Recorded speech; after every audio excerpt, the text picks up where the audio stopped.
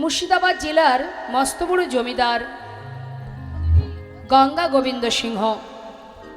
এই যে গঙ্গা গোবিন্দ সিংহ, আস্তে মা কথা নয়, লীলাটাকে একটু মন দিয়ে শুনতে হবে, কথা বলবেন না, আপনাদের চরণ ধরে নিবেদন আমার। এই গঙ্গা গোবিন্দ সিংহের সন্তান যার নাম প্রাণকৃষ্ণ সিংহ, আর প্রাণকৃষ্ণ সিংহের পুত্র যার নাম কৃষ্ণচন্দ্র সিংহ, যাকে ঠাকুর দাদা ভালোবেসে নাম দিয়েছিল লালা। তাহলে কি বললাম মা? গঙ্গা গোবিন্দ সিংহের ছেলে প্রাণকৃষ্ণ, প্রাণকৃষ্ণের ছেলে কৃষ্ণচন্দ্র সিংহ।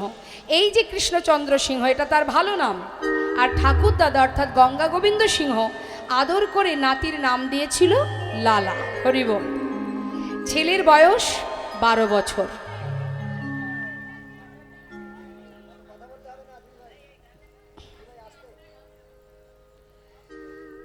বারো বছরের ছোট্ট ছেলে জমিদারি কাচারি বারান্দায় বসে আছে। হঠাৎ দ্বারে এসেছেন একজন, সাহায্য নেবেন একজন কন্যাদায়গ্রস্ত পিতা। যখনই সাহায্য নেবেন বলে হাত বাড়িয়েছে, সঙ্গে সঙ্গে দাঁড়ি তাকে বললেন, তুমি চলে যাও, এখান থেকে চলে যাও। এই জমিদার মহলে কাউকে কোনোদিন কিছু দান করা নিষেধ। এখন অসহায় বাবা, কন্যাদায়গ্রস্ত বাবা, তিনি বারবার বলছে, দেখো আমি ব্রাহ্মণ, আমি অসহায়, আমাকে কিছু সাহায্য করুন। এখন কোনো ব্যক্তি যদি সাহায্য চায়, সে তো জমিদারের দ্বারে পৌঁছাবেই, জমিদারের কাছে সাহায্য নেবে। কিন্তু সেখানে একটা আদেশ আছে, একটা নিষেধাজ্ঞা আছে যে কাউকে কোনোদিন কিছু দান ধ্যান করা যাবে না। এখন যতবার বলছে ব্রাহ্মণকে, কোনো কথাই শুনছে না ব্রাহ্মণ, তখন তাকে বারবার ধাক্কা দিয়ে তাড়িয়ে দিচ্ছে। ঘটনাটা দেখছে 12 বছরের ছেলে লালা। তার ছোটবেলা থেকেই মন মানসিকতাটা একটু উদার। সে কখনো কারোর দুঃখ কষ্ট সহ্য করতে পারে না, সরল সুবুদ্ধি মন তার। সে ভক্তি মার্গের ছেলে। এখন জিজ্ঞাসা করছে, দাঁড়ি তুমি বারবার ওনাকে তাড়িয়ে দিচ্ছ, কি চাইছেন উনি? বাবু, উনি এসেছেন কিছু সাহায্য নেবেন বলে, কিন্তু মহলের একটা নিষেধ আছে, কোনোদিন কাউকে কিছু দান করা যাবে না। ওকে এত করে বলছে, শুনছে না, তাই ওকে তাড়িয়ে দিচ্ছি। বলো কি তুমি? একজন অসহায় বাবা, তিনি এসেছেন কিছু সাহায্য নেবে, আর তাকে দান করা যাবে না? এ কেমন নিষেধাজ্ঞা? জমিদার যার এত ধন ঐশ্বর্য, তার এমন মনের মানসিকতা কেন থাকবে? শোনো, তুমি আমার পিতাকে গিয়ে বলো, সে যেন এই বাবাকে, এই ব্রাহ্মণকে 1000 টাকা দান করে দেয়। যেই না বলা, ভিতর ঘরে গিয়ে প্রাণকৃষ্ণকে বললেন, বাবু 1000 টাকা দান করতে হবে, দ্বারে একজন অসহায় কন্যাদায়গ্রস্ত পিতা বসে আছে, তাকে সাহায্য করতে হবে, আপনার পুত্রের আদেশ। যখনই এই কথা বলেছে মা, প্রাণকৃষ্ণ সিংহ বলে উঠলেন, এত বড় স্পর্ধা, আমার পুত্রের এত বড় সাহস! দুধের শিশু, দুদিন হতে না হতেই আজ সে আমাকে আদেশ করে, পিতৃবাক্য লঙ্ঘন করে, এত বড় স্পর্ধা! শোনো, নেহাত আমার পুত্র বলেছে, তারও তো একটা সম্মান আছে, তাই যাও 1000 টাকা ওই ব্রাহ্মণকে দিয়ে আমার পুত্রকে জানিয়ে দাও, সে যতদিন নিজে রোজগার করতে না পারবে, ততদিন দান করবার ইচ্ছাটুকু পর্যন্ত যেন প্রকাশ না করে। হরিবোল হরিবোল। প্রাণকৃষ্ণ সিংহের কথা মতো সেই দাঁড়ি 1000 টাকা দান করে দিয়ে ছোট্ট 12 বছরের ছেলে লালাকে যখনই এই কথা বললেন, সঙ্গে সঙ্গে লালা বলে উঠলেন, তবে শোনো দাঁড়ি, আমার পিতাকে জানিয়ে দাও, আমি তারই সন্তান। আমার পিতা যদি এমন নিষ্ঠুর মানসিকতা নিয়ে এমন ছোট মনের কাজ করতে পারে, আমি তার সন্তান, তাকে জানিয়ে দাও, যতদিন আমি রোজগার না করব, ততদিন এই ঘরে আমি আর পা রাখব না। 12 বছরের ছেলে মুর্শিদাবাদ ত্যাগ করে দিয়ে চলে এলো বর্ধমান জেলায়। একটা ফেরেস্তা দ্বারে 20 টাকা বেতনে কাজ করতে শুরু করে দিল 12 বছরের ছেলে লালা বাবু। কাজ করতে করতে ছেলে বড় হচ্ছে, আর এদিকে প্রাণকৃষ্ণ সিংহের বয়স হচ্ছে। একটু একটু করে বৃদ্ধ বয়স হলো। কত লোক পাঠিয়ে দিল, কত মানুষ পাঠিয়ে দিল ছেলেকে ফেরাবার জন্য, কিন্তু তার একটাই প্রতিজ্ঞা, এমন পিতার মুখ আমি আর দেখব না। হরি বল। একটা কথার কারণে আজ চিরতরে সন্তান হারা প্রাণ কৃষ্ণ সিংহ দেখতে দেখতে শয্যাশায়ী, কিন্তু শেষের দিনেও সন্তানের মুখ দেখতে পাচ্ছে না, কাজ। হ্যালো, জয় রাধে, জয় নিতাই। মনিটরের সাউন্ডটা একটু বাড়ান, মনিটরটা বাড়ান, হ্যাঁ বাড়ান। হরে কৃষ্ণ, জয় রাধে, হরে কৃষ্ণ, জয় রাধে। শয্যায় শুয়ে শুয়ে কাঁদছে মা। যত সময় আমাদের ক্ষমতা থাকে, যত সময় আমাদের শক্তি থাকে, পাওয়ার থাকে, তত সময় যেন আমরা ভাবি আমরাই ভগবান, তাই না? কে ভগবান, কোথায় ভগবান? ভগবান তো আমি। এটা আমি করেছি, ওটা আমি করেছি, এটা আমার, ওটা আমার, কিছুই তো আমার নয়। আমার কি? অনেকে গর্ব করে বলে আমার 5টা বাড়ি আছে, গ্রামে একটা, শহরে একটা। দেখবেন আমরা গেলে অনেকে বলে আমাদের 4টে বাড়ি আছে, এখানে একটা, ওখানে একটা, সেখানে একটা। আচ্ছা, মনে করুন আপনার 5টা বাড়ি আছে মা, মন দিয়ে শুনবেন, গর্ব করে আপনি সবাইকে জানাচ্ছেন আমার 5টা বাড়ি আছে। 5টা বাড়িতে তো আর আপনি থাকতে পারেন না, থাকতে হয় আপনাকে একটা বাড়িতে। একটা বাড়ির পুরো জায়গাটা জুড়ে কি আপনি থাকতে পারেন? থাকতে হয় আপনাকে একটা ঘরে। তাই তো? মনে করুন, দেখবেন বলে না এটা বড় ছেলের ঘর, এটা ছোট ছেলের ঘর। আপনার থাকার জায়গা কিন্তু একটা রুমের মধ্যে, তাও একটা রুমের পুরো জায়গাটা জুড়ে থাকেন আপনি? থাকেন কোথায়? সেই ঘরের মধ্যে যদি একটা 6-7 একটা পালঙ্ক থাকে, সেই পালঙ্কের এক পাশে আপনি ঘুমান, তাই তো? এখন যদি কেউ বলে যে তোমার ঘর এক বলতে 5টা বাড়ি তোমার, তুমি গোটা পালঙ্কটা জুড়ে ঘুমাবে, তুমি এক পাশে কেন শুয়ে আছো? তখন সে কি বলবে? আরও একজন আছে না, সেও তো শোবে। অর্থাৎ পুরো পালঙ্কটা জুড়ে আমি ঘুমাতে পারবো না, আমার জায়গা এক পাশে, কারণ সেখানে আরও একজন আছে, অংশীদার, ভাগিদার আর একজন আছে, সেও তো ঘুমাবে। তাহলে তোমার জায়গা কতটুকু মা? হ্যাঁ, 5তলা বাড়ি আছে, 5টা বাড়ি আছে, থাকার জায়গা এক পালঙ্কের এক কোণে 3.5 হাত জায়গা নেই। তাই গৌর হরি বল, হরি বল। কিসের এত অহংকার, কিসের এত গর্ব? হ্যাঁ, তিনি যেমন দিতে জানেন, যেদিন থেকে তোমার ভিতরে অহংকার জন্মাবে, যেদিন থেকে জন্মাবে, সেই দিন থেকে তোমার একটু একটু করে পতন হয়ে যেতে হবে। কারণ ভগবান সব সইতে পারে, পারে না অহংকার, হিংসা। তার প্রমাণ মহাভারত। হ্যাঁ, হিংসা যদি কেউ করেছে, অহংকার যদি জন্মেছে, দুটো কথা মাথায় রাখবেন, কৃপা আর ইচ্ছা। জীবনে যা কিছু পেয়েছি তার কৃপাই, আর যা কিছু চেষ্টা করেও পাচ্ছি না, আমার মনে করুন একটা বিরাট আশা, আমি চেষ্টা করে যাচ্ছি কিন্তু পাচ্ছি না, 1000 চেষ্টার পরেও পেলাম না, জানবেন সেটা তার ইচ্ছা। সে দেবে না আপনাকে, আপনি সারা জীবন ছুটে বেড়ালেও পাবেন না। সে দেবে না কেন? সেটা দিলে আপনার মঙ্গল হবে না, তাই সে দেবে না। তুমি যতই লাপালাপি ছুটোছুটি করো, তোমাকে দেবে না। তিনি জানে কোনটা দিলে জীবের কল্যাণ হবে আর কোনটা দিলে কল্যাণ হবে না। তাই জীবনে 1000 চেষ্টা করলেও তুমি পাবে না। তাই একটা হলো কৃপা, এক হলো তার ইচ্ছা। সে যেভাবে চালাবে আমাদের সেইভাবে চলতে হবে। তিনি খেলাচ্ছেন, আমরা খেলছি। হ্যাঁ, ভুল করে কখনো কখনো অহংকার করে বলে বসি, কিন্তু সত্য কথা যারা বুঝেছে, যারা জানে, তারা কখনো অহংকার করবে না। অহংকার করবে না, কারণ খেলছি তো আমরা তো খেলা করছি। আজ যে রাজা কাল সে ভিখারি, আজ যে রাজা কাল সে ভিখারি। তার বড় প্রমাণ কে? তার বড় প্রমাণ রাজা হরিশ্চন্দ্র, অযোধ্যার সম্রাট। অযোধ্যার অত বড় সম্রাট হরিশ্চন্দ্র অবশেষে শ্মশানে মরা পোড়ানোর কাজ করত কাশীধামে। নিজের সন্তান রুইতাস্য সর্পদংশনে মৃত্যু হবার পর শ্মশানে গিয়ে তার দাহ করতে গেলে শ্মশানের একটা নিয়ম আছে, 16 আনা কড়ি দিতে হয়। সেই কড়িটুকু পর্যন্ত রাজা হরিশ্চন্দ্রের ছিল না। তাই মাগো, অহংকার পতনের মূল, অহংকার করা যাবে না। আজ অহংকার করেছিল কে? প্রাণ কৃষ্ণ সিংহ। আমি যা করব সেটাই হবে। চিরতরে কি হলো? বিষয় সম্পদে যা ছিল সবই হারালো, অবশেষে নিজের সন্তানের মুখটাও দেখতে পেল না। যখনই তার প্রাণ হারালো, সে চলে গেল। সঙ্গে সঙ্গে এলাকাবাসী সবাই মিলে জমিদার লালার কাছে গেল, গিয়ে বললে, মহারাজ, এবার তো আপনাকে ফিরতে হবে, কারণ আপনার পিতা যার প্রতি আপনার ক্ষোভ ছিল সে তো ইহলোক ছেড়ে পরলোক গমন করেছে, তাই এবার তো ফিরে চলুন, আপনি না গেলে জমিদারি রক্ষা হবে কি করে।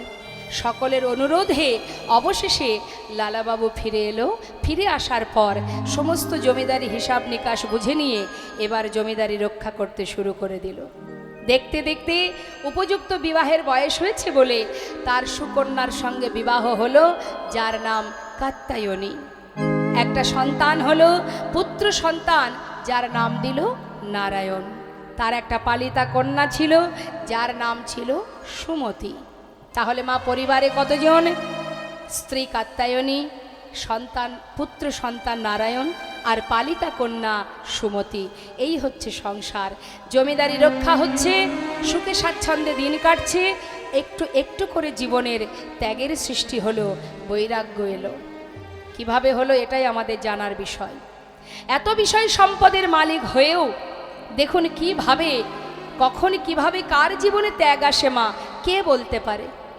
হ্যাঁ, কখন কার ভিতরে চেতনা হয়, চৈতন্য হয় কেউ জানে না। সাধু সঙ্গ যদি করা হয়, বৈষ্ণব সঙ্গ যদি করা হয়, তবেই কিন্তু একটু একটু করে আমাদের ভিতরে চৈতন্য জ্ঞান আসবে।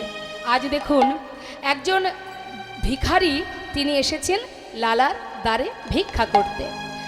এসে বলছে, ভিক্ষাং দেহি, ভিক্ষাং দেহি। স্বয়ং লালা নিজে সঙ্গে সঙ্গে সদর দরজায় এসে পৌঁছালো। জিজ্ঞাসা করছে, ভিখারি তুমি ভিক্ষা করো? কেন ভিক্ষা করো? হ্যাঁ, কি জন্য ভিক্ষা করো? তখন সেই ভিখারি বললেন, বাবু আমি কেন ভিক্ষা করি শুনুন তাহলে। বাবু গো, বাবু গো,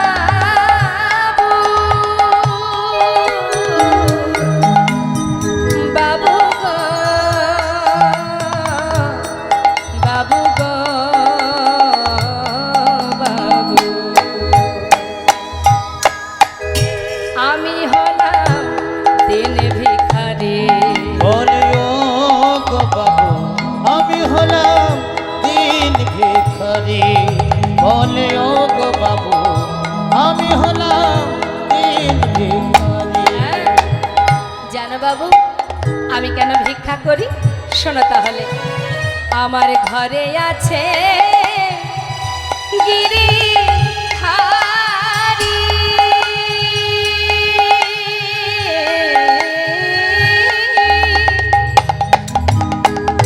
বাবু গো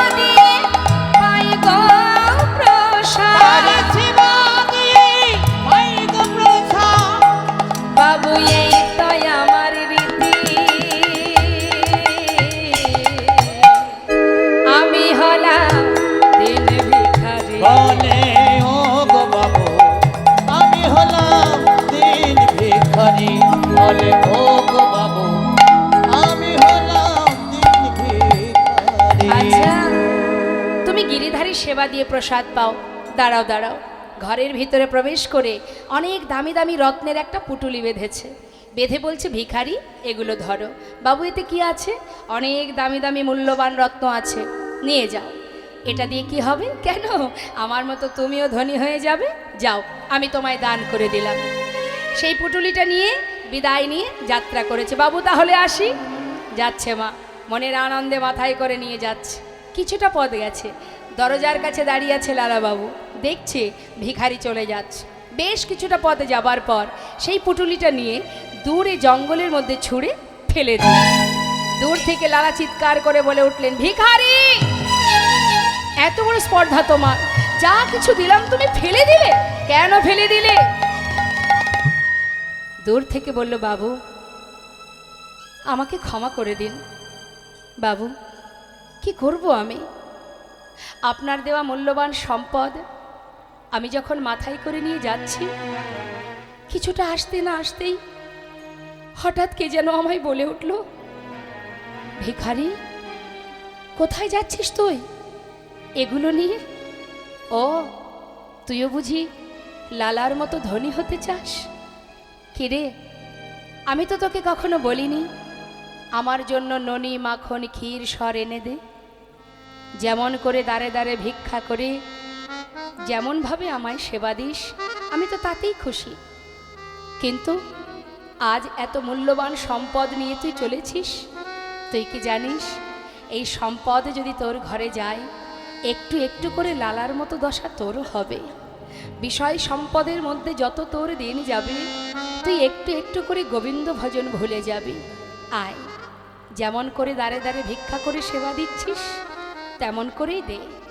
আয় আয় ভিখারি আয় রে ফিরে, ভুলে যাস না মোহ ভরে। আয় ভিখারি আয় রে ফিরে, ভুলে যাস না মোহ ভরে। আয় ভিখারি আয় ভিখারি আয় রে ফিরে, ভুলে যাস না মোহ ভরে। গোবিন্দ সেবার বেলা বয়ে যা, গোবিন্দ সেবার বেলা বয়ে যা, গোবিন্দ সেবার বেলা বয়ে যা। বিদুরের খোঁজ যেমন তোর ভিক্ষার অন্ন তেমন, বিদুরের খোঁজ যেমন তোর ভিক্ষার অন্ন তেমন, বিদুরের খোঁজ যেমন তোর ভিক্ষার অন্ন তেমন।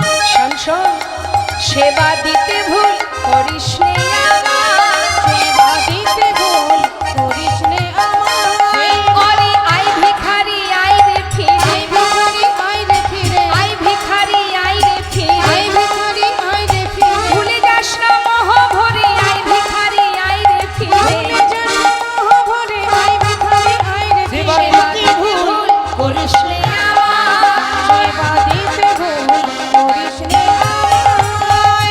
হরি বল হরি বল। বিদুরের খুদ যেমন তোর ভিক্ষার অন্ন তেমন, সেবা দিতে ভুল করিস না আমায়। সত্য কথা মা, ভগবান কখনো বলেনি আমাকে রাজভোগ খেতে দাও, বলেছে তুমি যেমন করেই দাও, যেমনটা দাও, যেভাবেই দাও না কেন তিনি তাতেই সন্তুষ্ট, যদি তুমি ভক্তি ভরে সেবা দিতে পারো।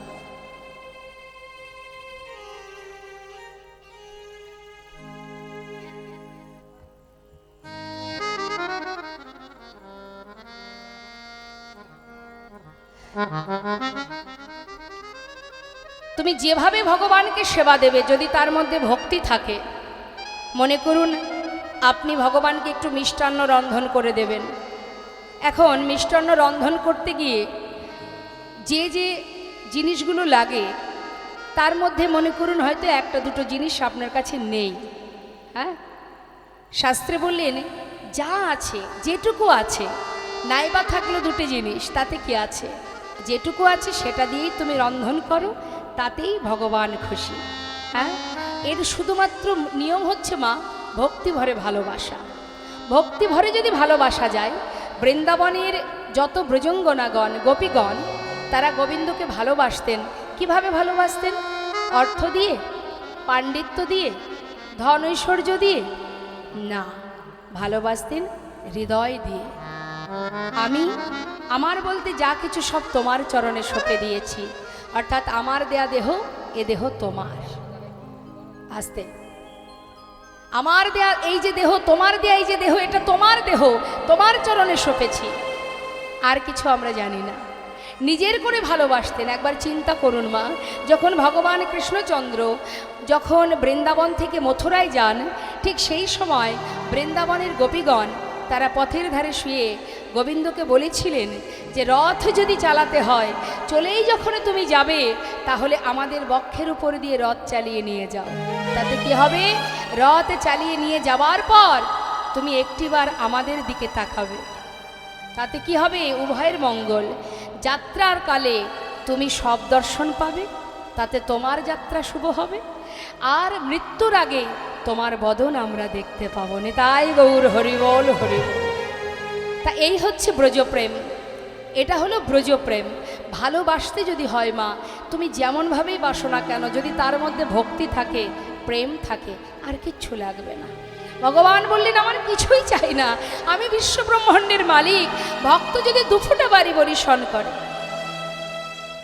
আর কিছু নয়। সারা জীবন আমরা কাঁদি কি জন্য? সংসারের জন্য কাঁদি, হ্যাঁ, নিজের আত্মসুখের জন্য, নিজের সুখের জন্য ভগবানের কাছে কাঁদি, কিন্তু ভগবানকে পাওয়ার জন্য তার চরণে দুফোঁটা বাড়ি বরিশন করি না কেউ। এটাই আমাদের সমস্যা। কাঁদতেই যদি হয়, প্রভুর চরণ পাওয়ার জন্য কাঁদো।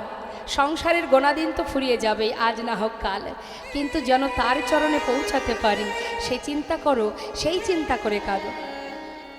সুন্দর একটা দৃষ্টান্ত আপনাদের দিয়ে একটু শুনুন মন দিয়ে।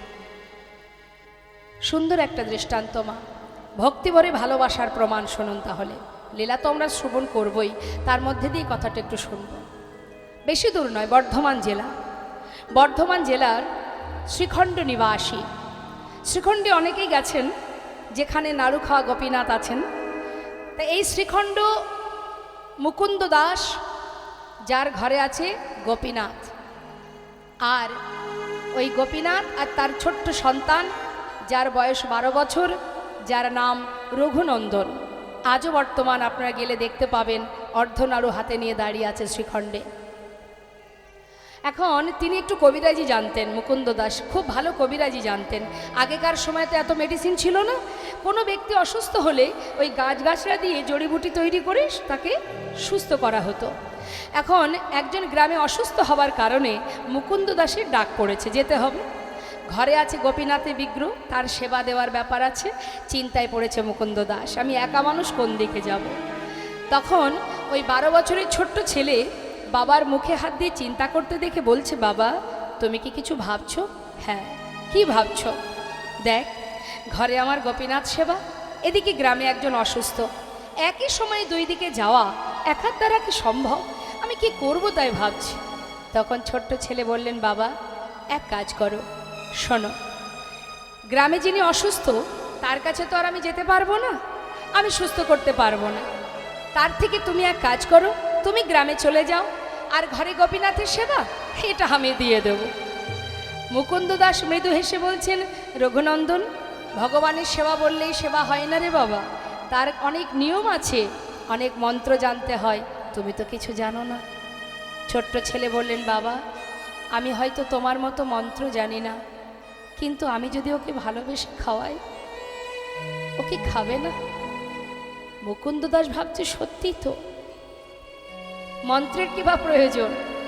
যদি কেউ ভক্তি ভরে ভালোবেসে খাওয়ায়, সবার উপরে তো ভক্তি, ভক্তি ভরে যদি কেউ সেবা দেয়, তাতে মন্ত্রের দরকার হয় না। যাক, ভালোই হলো। শোন বাবা, আমি রান্নাঘরে সব কিছু গুছিয়ে রেখেছি, তুই একটু রান্না করে সেবা দিস, আমার জন্য প্রসাদ রাখবি, আমি চললাম গ্রামে। ঠিক আছে, তুমি চিন্তা করো না, যাও। মুকুন্দ দাস কিন্তু গ্রামে চলে গেল মা। আর এদিকে জীবনে কোনো দিন যে ছেলে রান্ধন করেনি, আজ রান্নাঘরে গেছে। রান্নাঘরে গিয়ে কি করেছে, সমস্ত ব্যঞ্জন এক পাত্রে ঢেলে দিয়ে কোনো রকমে জাল ধরিয়েছে। সিদ্ধ হয়েছে কোনো রকম, সিদ্ধ করছে আর মুখে বিড়ি বিড়ি করে বলছে, গোপীনাথ, ও গোপীনাথ, জানো তো আজ বাবা ঘরে নেই, আমি তোমার জন্য রান্না করছি, জানি না কেমন হবে, তবে যেমনই হোক তুমি কিন্তু আজকে একটু কষ্ট করে খেয়ে নেবে, কেমন? একার মতো একা বকছে আর রন্ধন করছে। কোনো রকমে সিদ্ধ হয়েছে, পাত্রে ঢেলে নিয়েছে। এবার ঢুকেছে ঠাকুর ঘরে, পাত্রটা রেখে ডাকছে, গোপীনাথ দাঁড়িয়ে থেকো না, ওইভাবে দাঁড়িয়ে থেকো না, আজ বাবা ঘরে নেই, আমি এসেছি তোমার জন্য। কোনোদিন তো রান্না করিনি, জানি না কেমন হয়েছে, যাই হোক একটু কষ্ট করে খেয়ে নাও, কাল বাবা ভালো করে রান্না করে খাওয়াবে, শিগগির এসো, তাড়াতাড়ি এসো। আসছে না। আমরাও তো সেবা দিই প্রভুর, সে কি আসে মা? আসে না, আসছে না। কি ব্যাপার? চিন্তা করছে। সে কিন্তু জানে না যে এটা বিগ্রহ, এটা সে জানে না। সে জানে আমি যেমন বাবার সন্তান, ও আমার বাবার সন্তান। ডেকেই যাচ্ছে। কি হলো? কখন থেকে ডাকছি, বেশ তো দাঁড়িয়ে আছো। কি ভেবেছো বাবা ঘরে নেই বলে আসবে না? আগে চলে এসো, ভালো চাও যদি চলে এসো। কখন থেকে ডাকছি, তুমি কি জানো না আমি কোনোদিন রান্না করিনি, তোমার জন্য রান্না করেছি। আমার কি কষ্ট হয় না? এসো না গোপীনাথ, তাড়াতাড়ি এসো। তাও আসছে না। এত করে ডাকছে, আসছে না। চিন্তা করছে সে যদি না খায় বাবা আমাকে বকবে। আমি তাকে বড় মুখ করে বলেছি আমি তাকে খাওয়াবো, আসবে না মানে? শোনো গোপীনাথ, তুমি আসবে না তো? ভালোই ভালোই যদি পারো চলে এসো। আর শোনো, যদি তুমি না আসো, জানো তো আমি যখন না খাই আমার বাবা আমাকে লাঠি দিয়ে লাঠির ভয় দেখিয়ে খাওয়ায়। আসবে না তো? দাঁড়াও।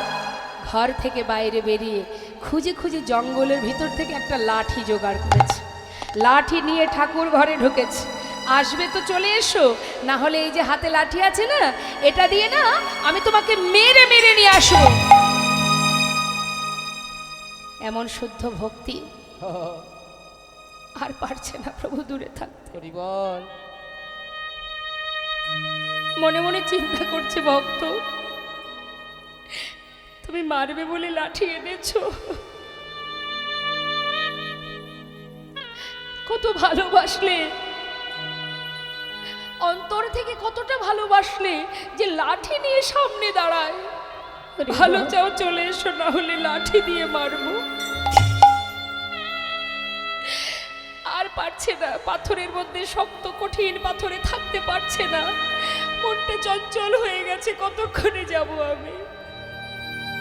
কখনো কাঁদছে, ও গোপীনাথ এসো না, আমার কি কষ্ট হয় না? কখন থেকে ডাকছি তোমায়, একবার এসো, শিগগির এসে খেয়ে নাও। প্রভু আর থাকতে পারছে না।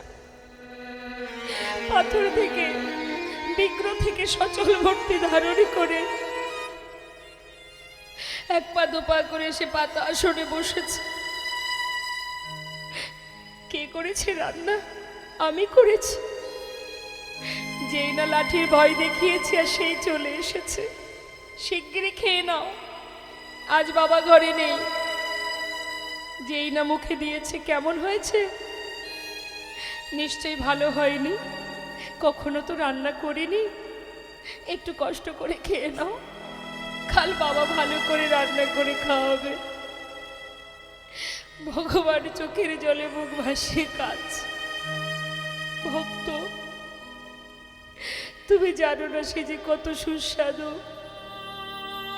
ভক্ত যদি আমাকে সেবা দেওয়ার জন্য রন্ধন করে, সেটা খারাপ হবে কেমন করে? এতদিন এই ঘরে আছি, এমন অমৃত কোনোদিন পাইনি আমি। এই যে কত স্বাদ, এই যে অমৃত, আমি তোমাকে বলে বোঝাতে পারবো না। এ তো আমি জানি। আমার ভক্ত যখন আমার জন্য রন্ধন করে, সে যে কত সুস্বাদু হয়, সে তো আমি জানি, তুমি বুঝবে না। খেয়ে নাও। খেতে খেতে প্রায় শেষ। বহুদিন পর ভক্তের হাতে রান্না পেয়ে কারোর কথা মনে নেই, তৃপ্তি করে আস্বাদন করছে। সেবা করতে করতে প্রায় শেষ। আর অবশিষ্ট যেটুকু আছে মুখে দিতে যাবে, হঠাৎ রঘুনন্দন ছুটে গিয়ে হাতটা চেপে ধরেছে। ওঠো, এক্ষুনি উঠে যাও, ওঠো বলছি, আর তুমি খাবে না। কি এই তো ডেকে ডেকে নিয়ে এলে, আবার তাড়িয়ে দিচ্ছ? দেব না, তোমাকে তো পুরোটাই ধরে দিয়েছি। তুমি কি জানো না এখনো আমি খাইনি, আমার বাবা খায়নি। আমাদের জন্য একটু রাখবে না? পুরোটাই খেয়ে নেবে। ও কি জানো তো ভক্ত, বহুদিন পর তোমার হাতে রান্না পেয়েছি তো, আজ না আর কারোর কথা মনে ছিল না। আচ্ছা ঠিক আছে, এই অবশেষে যেটুকু, এই অবশিষ্ট এটুকু আমি তোমার জন্য রেখে গেলাম। তুমি খেয়ে নিও, কেমন? বেশ। বেশি তো ছিল না মা। প্রভু আবার বিগ্রে মিলিত হলেন, আর এদিকে পাত্রটা যেটুকু ছিল সেবা করে ধুয়ে তুলে রেখেছে। মুকুন্দ দাস সময় মতো ঘরে ফিরেছে। রঘুনন্দন, বলো বাবা, সেবা হয়েছে তো? হ্যাঁ হ্যাঁ, তোমার কোনো চিন্তা করতে হবে না। যাক, শোন, আমার প্রচণ্ড খিদে পেয়েছে, সারাদিন তো কোথাও কোনো সেবা পাইনি, দে একটু প্রসাদ এনে দে। বাবা, আজ আর কিন্তু প্রসাদ নেই। কেন নেই? কি করে থাকবে? সবই তো গোপীনাথ খেয়ে নিচ্ছিল। ভাগ্যিস আমি হাতটা ধরেছিলাম, আমার জন্য এইটুকু রেখেছিল, সেটা আমি খেয়ে নিয়েছি। সে কি কথা? এতদিন আমি তাকে সেবা দিই, কোনোদিন তার পাই না দেখা। আজ আমি ঘরে নেই, আজ সেবা করে নিল? কি করে হতে পারে? অসম্ভব। হ্যাঁ, সে তো পাথরের বিগ্রহ, সে তো চলতে পারে না, কথা বলতে পারে না, সে কি করে খাবে? যার যেমন ভাব তার তেমনই লাভ। সারা জীবন ভেবেছে সে পাথরের বিগ্রহ, সেই জন্য কোনো দিন সেই মুকুন্দ দাস তার দেখা পায়নি। আর যেজন নিজের ভেবে ভালোবেসেছিল সে সাক্ষাৎ দর্শন পেল। কি করে সম্ভব? মনের সন্দেহটা মনেই থেকে গেল বাবা। ছেলেকে পরের দিন পরীক্ষা করবার জন্য বললেন, রঘুনন্দন, তুই তো ভালো সেবা দিতে শিখেছিস বাবা, শোন, বলছি কি, ওই কালও আমাকে যেতে হবে গ্রামের কাজে। তা শোন, তোকে আর রান্না করতে হবে না, ঘরে নাড়ু তৈরি করা আছে, গোপীনাথ নাড়ু খেতে ভালোবাসে, তুই নাড়ুটা ভোগ দিয়ে দিস। ঠিক আছে বাবা। পরের দিন মুকুন্দ দাস কিন্তু কোথাও যায়নি। ছেলেকে হাতে নাতে ধরবে বলে মন্দিরের পিছনে গিয়ে দেয়ালে কান পেতে আছে। কেন? আজ আমি শুনবো আমার পুত্র যখন মন্দিরে যাবে, সে ছাড়া আর কারোর কণ্ঠ শোনা যায় কিনা। কান পেতে আছে। আর এদিকে পাত্রে নাড়ু সাজিয়ে নিয়ে ছোট্ট 12 বছরের ছেলে রঘুনন্দন মন্দিরে ঢুকেছে। গোপীনাথ, আজ কিন্তু আর ডাকতে পারবো না, চিনতে পারছো তো? কাল এসেছিলাম, শিগগিরই এসো। আজ বাবা তোমার জন্য নাড়ু তৈরি করে পাঠিয়েছে, তুমি নাকি নাড়ু খেতে ভালোবাসো, তাড়াতাড়ি এসো, নাড়ু সেবা করে যাও। হরি বল, হরি বল। ভগবান আর কোনো কথা নয়, পাথর থেকে সচল মূর্তি ধারণ করলেন।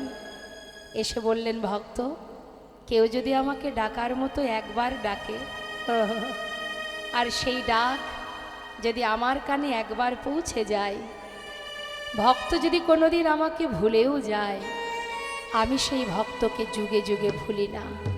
রে বল, তোমায় ডাকতে হবে না, এই দেখো আমি এসেছি, শিগগিরই খেয়ে নাও। কে করেছে নাড়ু? বাবা করেছে। বাবা? মনে মনে ভাবছে, প্রভু বাবাই করুক আর যেই করুক, ভক্তের হাতের ছোঁয়া তো লেগে আছে। মুখে দিয়েছে। পাশে দাঁড়িয়ে রঘুনন্দন ভাবছে, কালকের মতো দাঁড়িয়ে থাকবো, আর যদি গোপীনাথ একটা একটা করে সব খেয়ে নেয়, আজ আমি আর তা হতে দেব না। আজ ও খাবে, আমিও খাবো। এই ভেবে পাত্র থেকে একটা নাড়ু তুলে নিয়েছে, তুলে নিয়ে মুখে দিয়েছে। অর্ধেকটা সেবা করেছে মা। যখনই ভালো লেগেছে, আর ওই বাকি অর্ধেক এঁঠো নাড়ুটা গোপীনাথের মুখের কাছে ধরেছে। খেয়ে দেখো, কত সুন্দর, খেয়ে দেখো গোপীনাথ, কত সুস্বাদু, নিয়ে এই নাও, খেয়ে দেখো, হা করো। নিজের উচ্ছিষ্টটা যখন ভগবানের মুখের কাছে ধরেছে, ভগবান চোখের জলে বুক ভাসিয়ে কাঁদছে। কেমন ভক্তি! নিজের উচ্ছিষ্ট দিতে এতটুকু দ্বিধা হচ্ছে না, কেমন ভালোবাসা! তার চোখে জল দেখে বলছে, গোপীনাথ তুমি কাঁদছো? আচ্ছা, আমি এঁঠো নাড়ু দিয়েছি তাই? আসলে আমার ভালো লেগেছে বলেই তোমাকে খাওয়াচ্ছিলাম। ঠিক আছে, আর দেব না, তুমি কেঁদো না। ভগবান বলছে, না গো না, আমি সেজন্য কাঁদছি না। জানো ভক্ত, আমি কাঁদছি কেন? এই যে তুমি আমাকে খাওয়াচ্ছ, আচ্ছা তুমি যদি আমাকে খাওয়াতে পারো, তবে কি আমি তোমাকে খাওয়াতে পারি? নিশ্চয়ই, তাহলে তুমি আমাকে খাও, আমি তোমাকে খাওয়াই। এবার ভগবান তার প্রসাদে নাড়ু দিচ্ছে ভক্তের বদনে, আর ভক্ত তার এঁঠো নাড়ু দিচ্ছে ভগবানের বদনে। ভক্ত ভগবানের মধুর মিলন, মধুর ভালোবাসা। দেখ মুকুন্দ দাস মন্দিরের পিছন থেকে চিৎকার করে উঠলেন, কে? কার কণ্ঠ শোনা যায়? ছুটে এসে মুষ্টা আঘাতে দরজা খুলেছে। খোলার আগেই প্রভু অর্ধনাড়ু হাতে নিয়ে বিগ্রে মিলিত হয়েছে। তার জলজ্জান্ত প্রমাণ মা আজও আছেন সেই অর্ধনাড়ু হাতে নিয়ে। শাস্ত্রে বললেন, অদ্যাপি শ্রীখণ্ডপুরে অর্ধনাড়ু আছে করে, দেখেন যত ভাগ্যবান জনে, শ্রী রঘুনন্দন যে অভিন্ন মদন সে, উদ্ধব দাস রসভন। সেই অর্ধনাড়ু হাতে নিয়ে দাঁড়িয়ে আছে। যার হাতে ছিল বাঁশি তার হাতে অর্ধনাড়ু দেখা মাত্রই ছুটে গিয়ে নিজের সন্তানকে জড়িয়ে বুকের মধ্যে জড়িয়ে ধরলেন আর বলে উঠলেন, রঘুনন্দন, এতদিনে আমি বুঝলাম বাবা, তুই নিজের জন ভেবে, আপন জন ভেবে তাকে ভালোবেসেছিলি, তাই তাকে দেখা পেলি। আর আমি তাকে পাথরের বিগ্রহ ভেবে সেবা দিয়েছি, তাই তো তার দেখা পেলাম না। এতদিনের সেবা আমার অযোগ্য হয়ে গেল। আমার বুকের মাঝে আয় বাবা, একবার বুকে আয়, তোর মতো সন্তানকে বুকে জড়িয়ে ধরে আমার অযোগ্য দেহ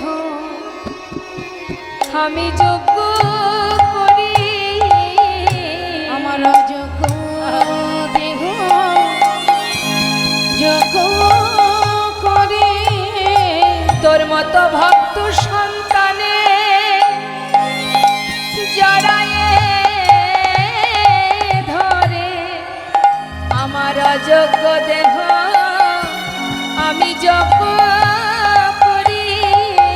তোর মতো ভক্ত সন্তানে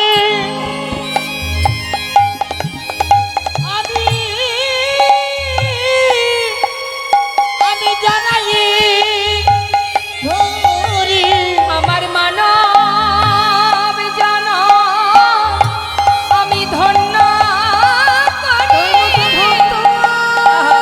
সন্তানে জড়াই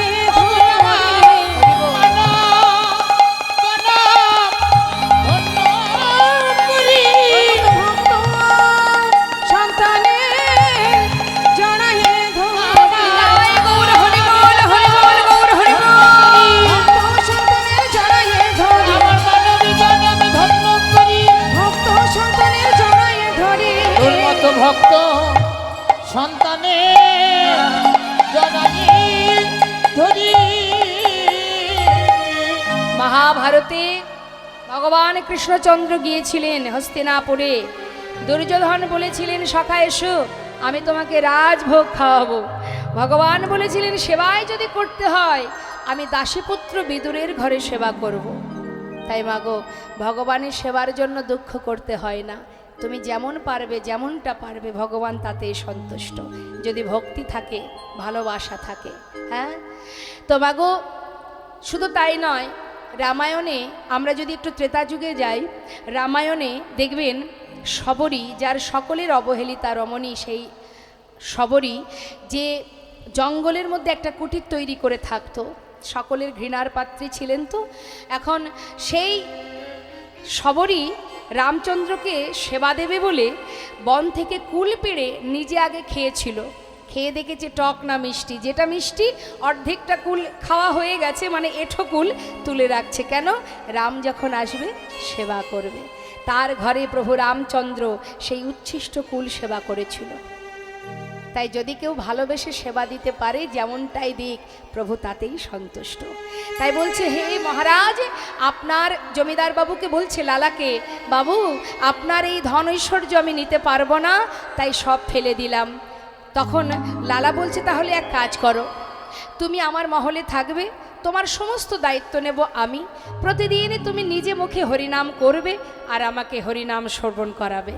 মহারাজ, আপনার ওই মহলে থাকলে আমি হরিনাম ভুলে যাব। আপনার মতো অবস্থা, আপনি যেমন বিষয় সম্পদের মধ্যে ডুবে গিয়ে কৃষ্ণ ভজন ভুলে গেছেন, আজ আমিও যদি আপনার মহলে থাকি তাহলে আপনার মতো অবস্থা আমারও হবে।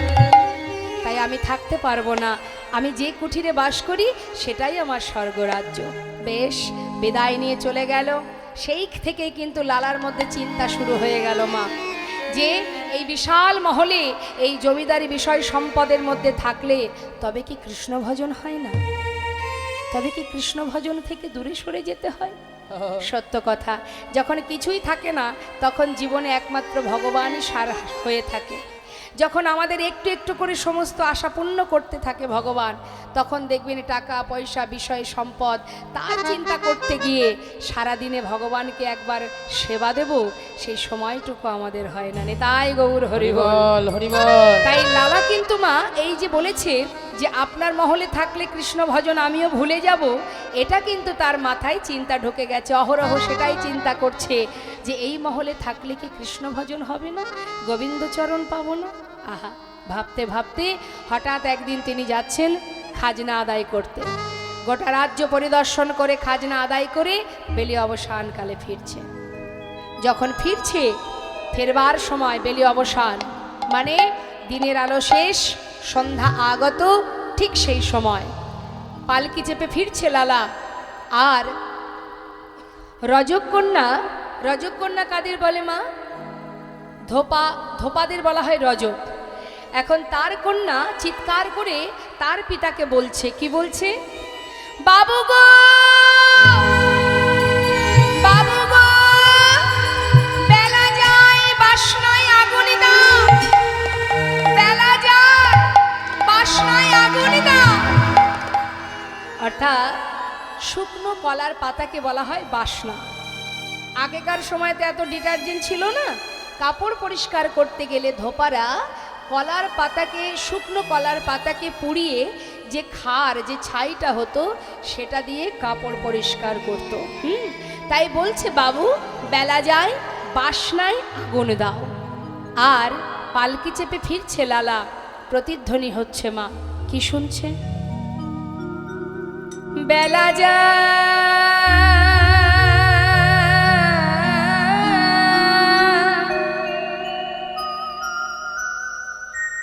বেলা যায়,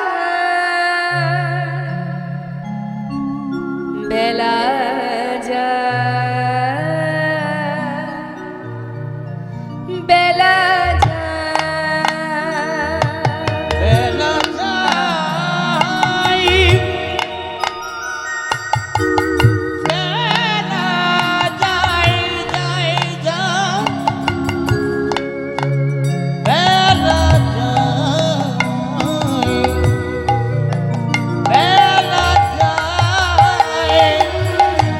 লালা শুনছে তা নয়, লীলা আস্বাদন করছি আমরা যারা, আমাদেরও চেতনা হওয়া উচিত।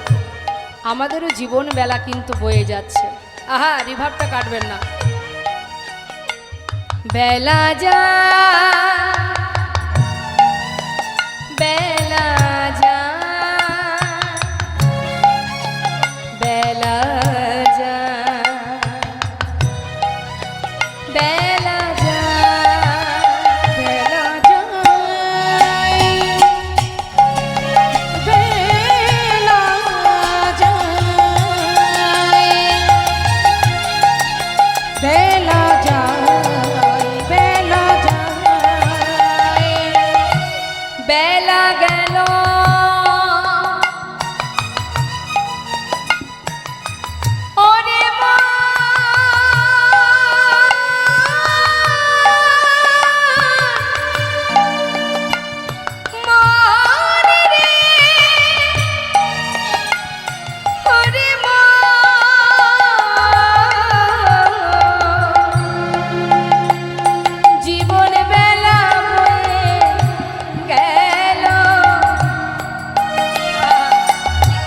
ভজ ভজ একবারে কৃষ্ণ ভজ, ওরে মনা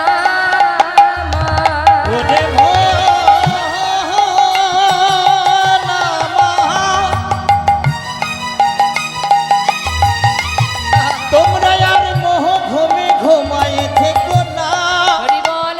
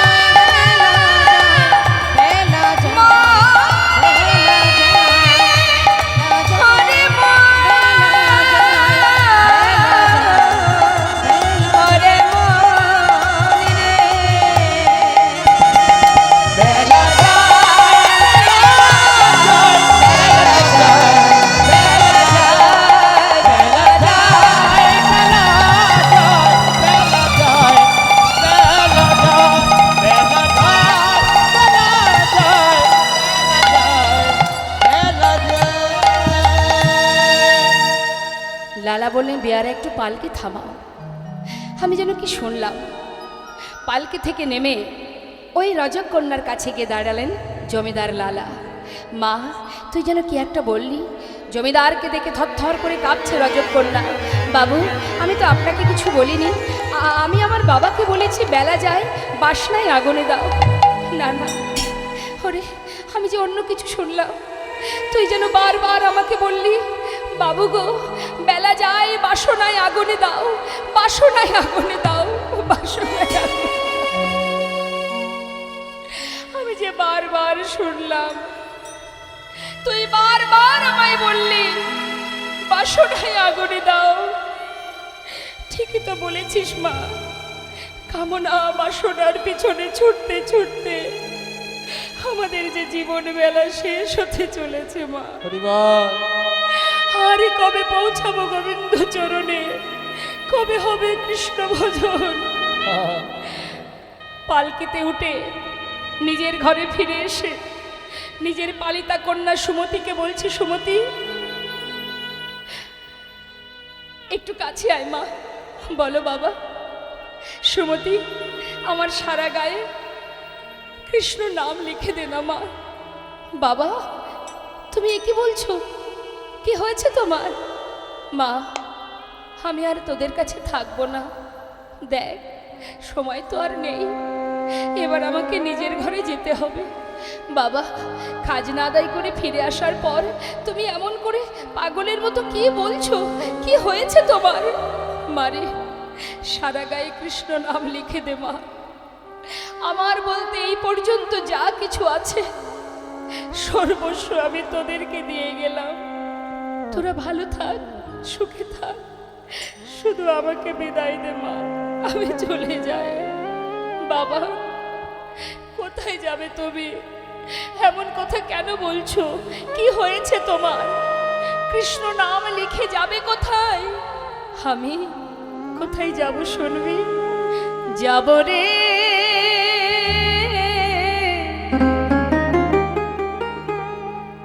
যাব আমি কৃষ্ণ ভজনে, যাব আমি মধুর বৃন্দাবনে। ওই না যাব আমি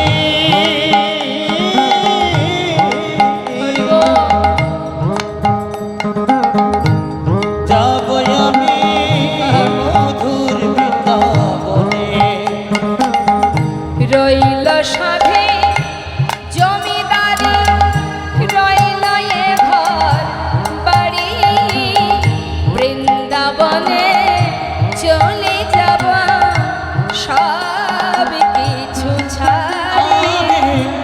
বৃন্দাবনে চলে যাব সব কিছু ছাড়ি। সাজায়ে দে কৃষ্ণদা মনে আমার এই অভিলাষ, আমি হব বৃন্দাবনে, আমি হব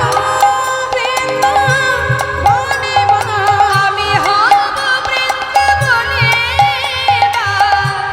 এই আশা মনে যাব রে,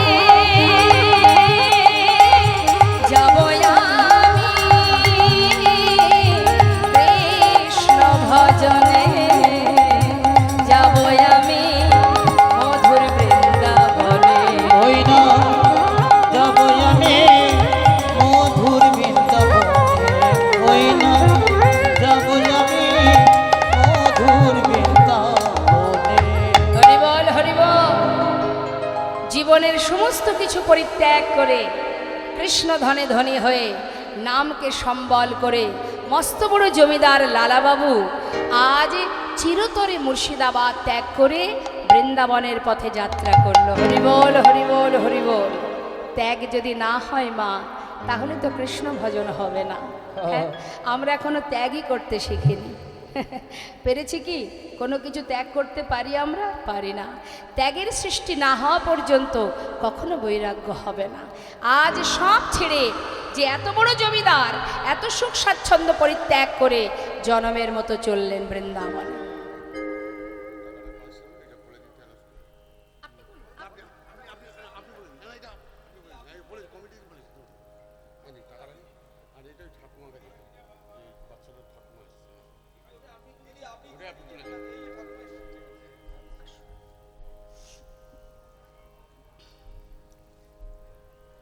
জয় রাধেশ্যাম।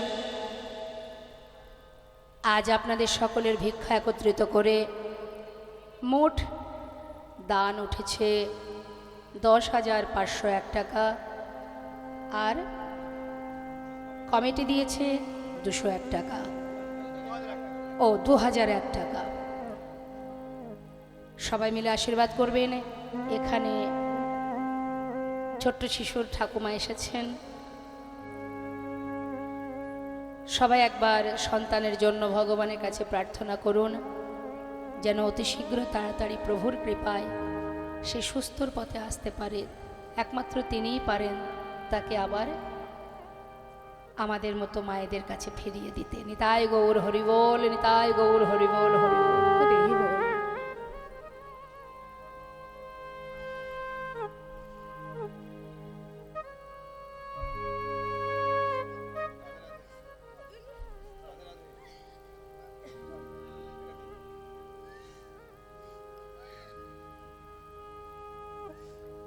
নিতাই গৌর হরি হরি বল, হরি বল, হরি বল।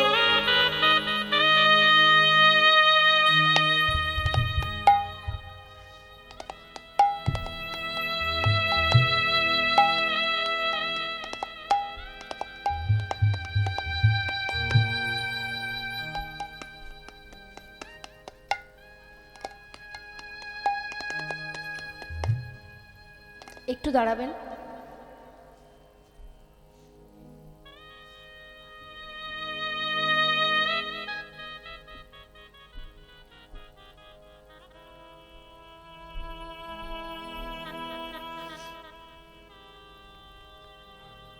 এটা তো মানতে হবে মা,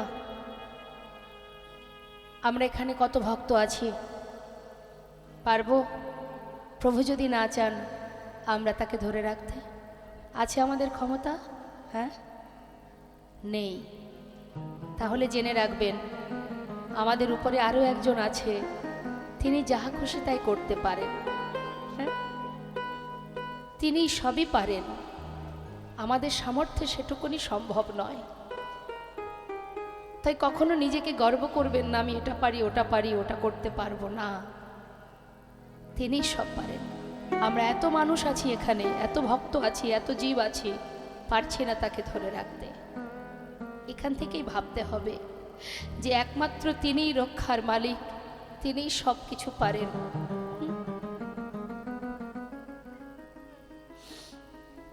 শুধু ভগবানের কাছে এটাই আমরা প্রার্থনা করতে পারি, সে যেন তাড়াতাড়ি সুপথে চলে আসে।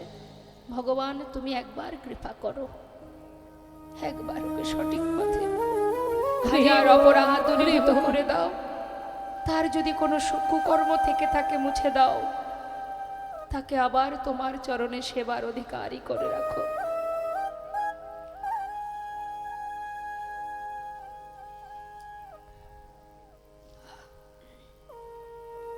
জয় রাধেশ্যাম।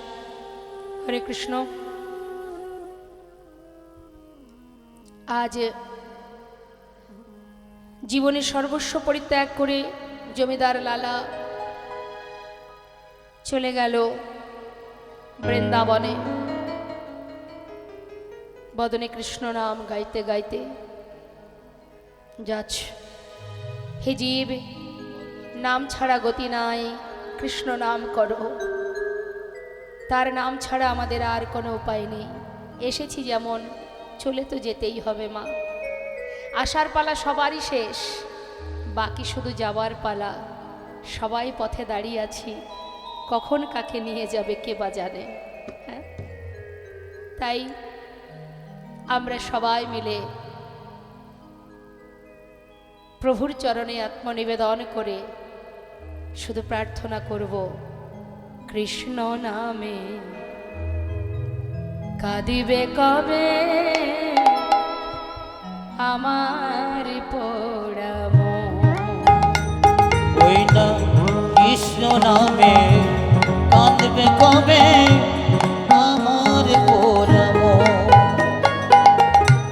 কবে যাব বিষয় ছেড়ে, কবে যাব বিষয় ছেড়ে মধুর বৃন্দাবন।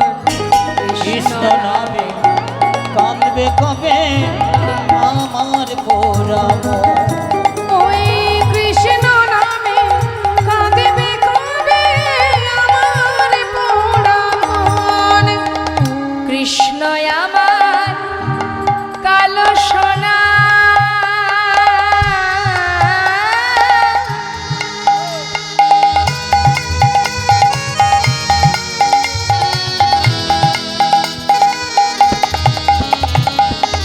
কৃষ্ণ আমার কালো সোনা বনমালী সে। কৃষ্ণ আমার কালো সোনা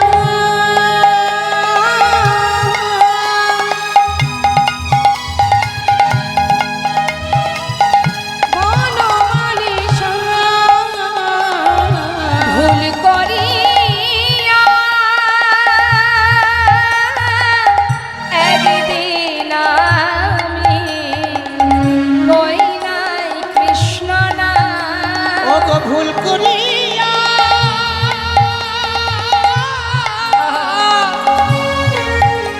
ও গো একদিন আমি ওই নাই কৃষ্ণ নাম। কৃষ্ণ নামিতে পারের সম্বল, কৃষ্ণ নামিতে পারের সম্বল, কৃষ্ণ নামিতে পারের সম্বল। কৃষ্ণ নামেতে হরির সম্বল। কবে পাব দর্শন।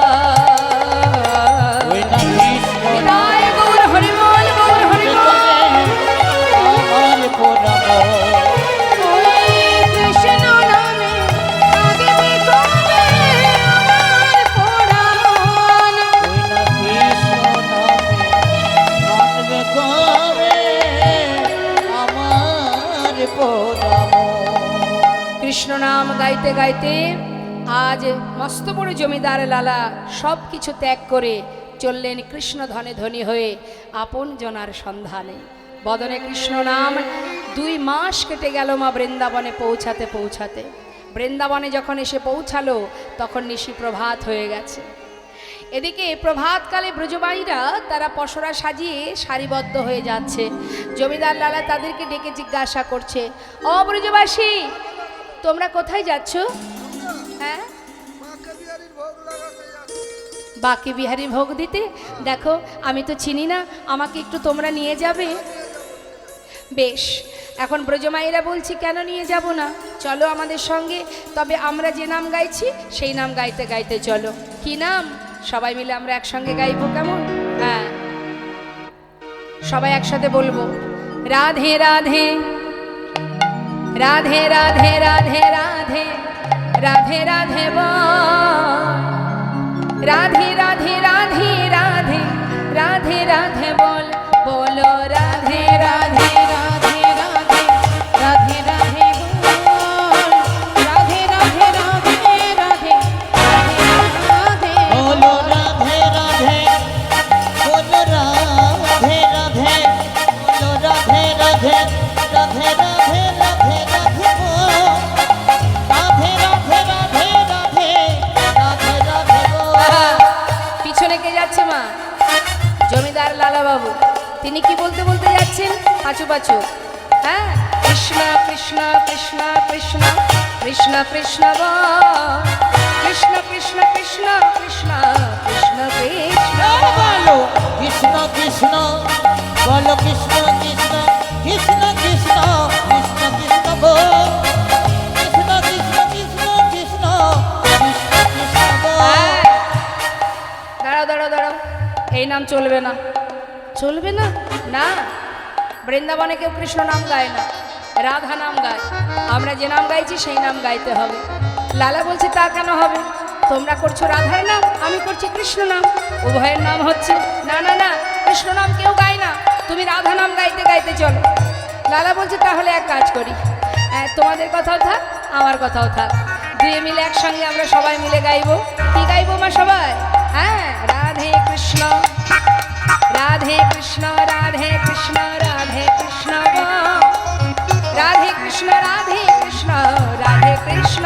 বলো রাধে কৃষ্ণ, বলো রাধে কৃষ্ণ, রাধে কৃষ্ণ, রাধে কৃষ্ণ বল, রাধে কৃষ্ণ, রাধে কৃষ্ণ, রাধে কৃষ্ণ বল। হ্যাঁ, বৃন্দাবন কি, দুহাত তুলে সবাই মিলে বলবেন। রাধে রাধে বলতে পারেন, রাধে কৃষ্ণ বলতে পারেন, আর আমি এক একটি জায়গার নাম বলবো, জোরে জোরে বলবেন কিন্তু, কেমন?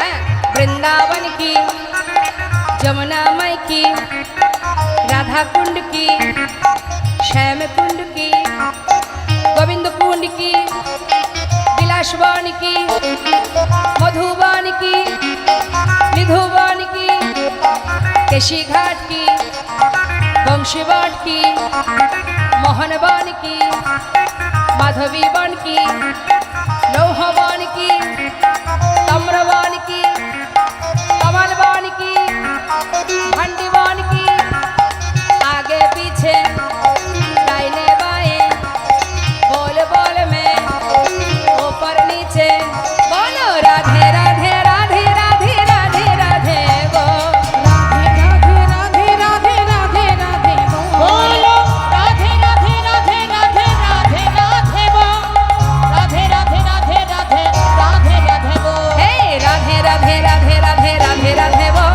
राधे राधे राधे राधे राधे राधे वो, राधा रानी की, राधे राधे राधे राधे राधे राधे बोल। प्रेम से बोलिए बाके बिहारी लाल की, রাধেশ্যাম রাধেশ্যাম। আমরা তাহলে এখন বর্তমানে কোথায় এলাম? বাকে বিহারীর মন্দিরে। সুন্দরভাবে সেবা হলো বাকে বিহারীর। হ্যাঁ, বাকে বিহারীর সেবা হলো। দেখুন, বাকে বিহারীর যে মন্দির স্থাপিত হয়েছিল আজকের এই অক্ষয় তৃতীয়াতে, আজকের দিনেই কিন্তু বাকে বিহারীর বিগ্রহ স্থাপিত হয়েছিল। তা সেই বাকে বিহারীর সেবা হলো মা। সেবার পর কিন্তু লালাকে প্রসাদ দেওয়া হলো, যেহেতু বৃন্দাবনের নতুন অতিথি, ভালো ভালো প্রসাদ দিয়েছে, লালা সেবাও করেছে। সেবার পর লালা কি করলেন? সেবার পরে কি হয়?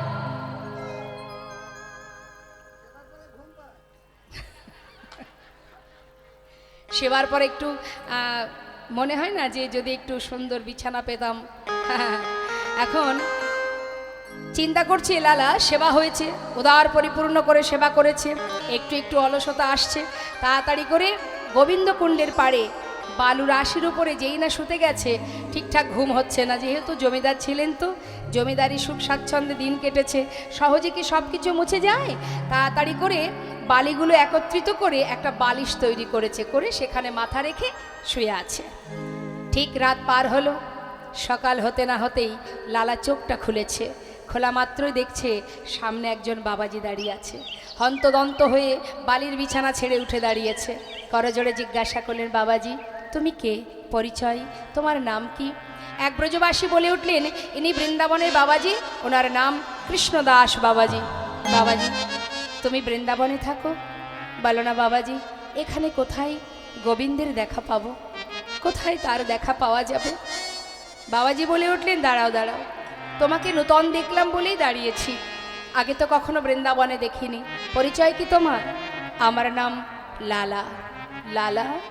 দাঁড়াও দাঁড়াও, তুমি কি সেই বাংলার মুর্শিদাবাদ জেলার জমিদার লালা? বাবাজি আমি জমিদার ছিলাম, আজ আর আমি জমিদার নই, আমি কৃষ্ণের দাস। তার চরণ পাওয়ার জন্য ছুটে এসেছি।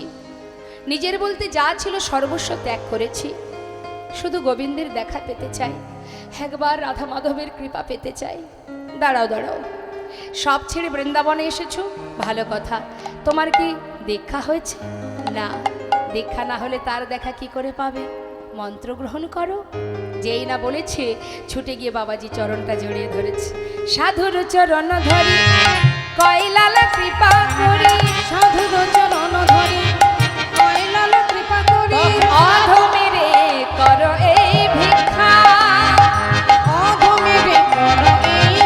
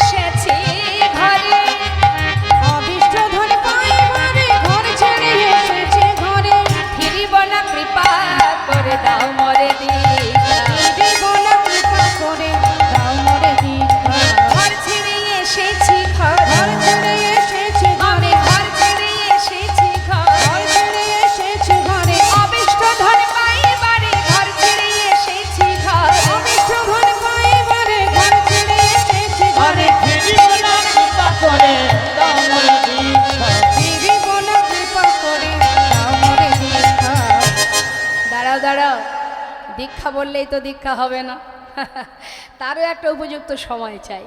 এখানে যত ভক্ত আছেন আপনাদের গুরু দীক্ষা শিক্ষা হয়েছে তো? হ্যাঁ, মন্ত্র মনে আছে তো? ভুলে যাননি তো? বাহ, খুব ভালো কথা। তা কৃষ্ণমন্ত্রে দীক্ষিত যারা হন তাদের কণ্ঠে তুলসীর মালা থাকে। আছে সবার গলায় তুলসীর মালা? কেন নেই? কেন? খুব ভারী মনে হয়? হ্যাঁ, ভারী মনে হয় না তাহলে কি? আমরা হিন্দু জাতি, তাই না? আমরা সনাতনী, আমাদের তুলসীর মালা থাকলে সমস্যা কোথায়? মাথায় রাখবেন, তুলসীর মালা কণ্ঠে থাকলে অনেক বাধা থেকে মুক্তি পাওয়া যায়। আর ভগবানের সেবা দিতে গেলে তাতে তুলসী পত্র দিতে হয়, তাই তো? তাহলে আপনি পাত্রে সাজিয়ে নিচ্ছেন ভোগ, সেবা দেবেন প্রভুর, তাতে তুলসী পাতা দিলেন, কিন্তু আপনি নিজে যাচ্ছেন ভগবানকে সেবা দেবেন, আপনার অঙ্গে যদি তুলসী না থাকে ভগবান তো আপনাকেই গ্রহণ করবেন না। তাহলে আপনার দেয়া ভোগ কী করে সেবা হবে? আপনি রাজভোগ আমাকে খাওয়াবেন, আপনাকেই যদি আমার ভক্তি না হয়, আপনার দেয়া রাজভোগ আমি সেবা করব? নিতাই গৌর হরি বল হরি বল। তাহলে আগে নিজেকে নিবেদন করতে হবে, আর নিজেকে যখন নিবেদন করব তার জন্য অঙ্গে তুলসী ধারণ করতে হবে, কণ্ঠে তুলসী পরিধান করতে হবে। কেমন? শুধু তাই নয়, তুলসী পরিধান করলে আমরা যদি কখনো কোনো ভুল চিন্তাভাবনা করে ফেলি, গলায় যদি তুলসীর মালা থাকে, একবার হলেও আপনার এই যে হৃদয় মাঝে যিনি আছেন পরমাত্মা, তিনিও কিন্তু গুরু, তো তিনি একবার হলেও আপনাকে চেতনা দেবে, ছি গলায় তুলসীর মালা, এমন পাপ কাজটা কেন করব। এটাই কিন্তু আপনাকে ভুল পথ থেকে সঠিক পথে নিয়ে যাওয়ার একটা উপায়। হ্যাঁ, তাই তুলসীর মালা কণ্ঠে পরিধান করবেন। তো মাগো বললেন দীক্ষা নিতে গেলেও তার একটা উপযুক্ত সময় দরকার হয়, যখন তখন তো দীক্ষা হবে না লালা। এসেছো যখন বৃন্দাবনে, সংসারের জন্য সারা জীবন কর্ম করেছো, এবার গোবিন্দের সংসারে এসেছো, গোবিন্দের কাছে যেতে গেলে তোমাকে তাকে সন্তুষ্ট করবার জন্য এই গোবিন্দের পরিবারে, গোবিন্দের সংসারে কর্ম করতে হবে। কি কর্ম? বাবাজি তুমি যে কর্ম বলবে আমি সেই কর্ম করতে রাজি। পারবে লালা? তুমি তো বড় জমিদার, যা কর্ম দেব নিতে পারবে? পারবো বাবাজি, যে কর্ম হবে আমি করতে রাজি। বেশ, তাহলে নাও লালা। কি করলেন মা? ভিক্ষার ঝোলা দিলেন লালাকে। চিন্তা করুন, মস্ত বড় জমিদার, তার কাঁধে ভিক্ষার ঝোলা। ধরো ধরো লালা ভিক্ষার ঝোলা কাঁধে,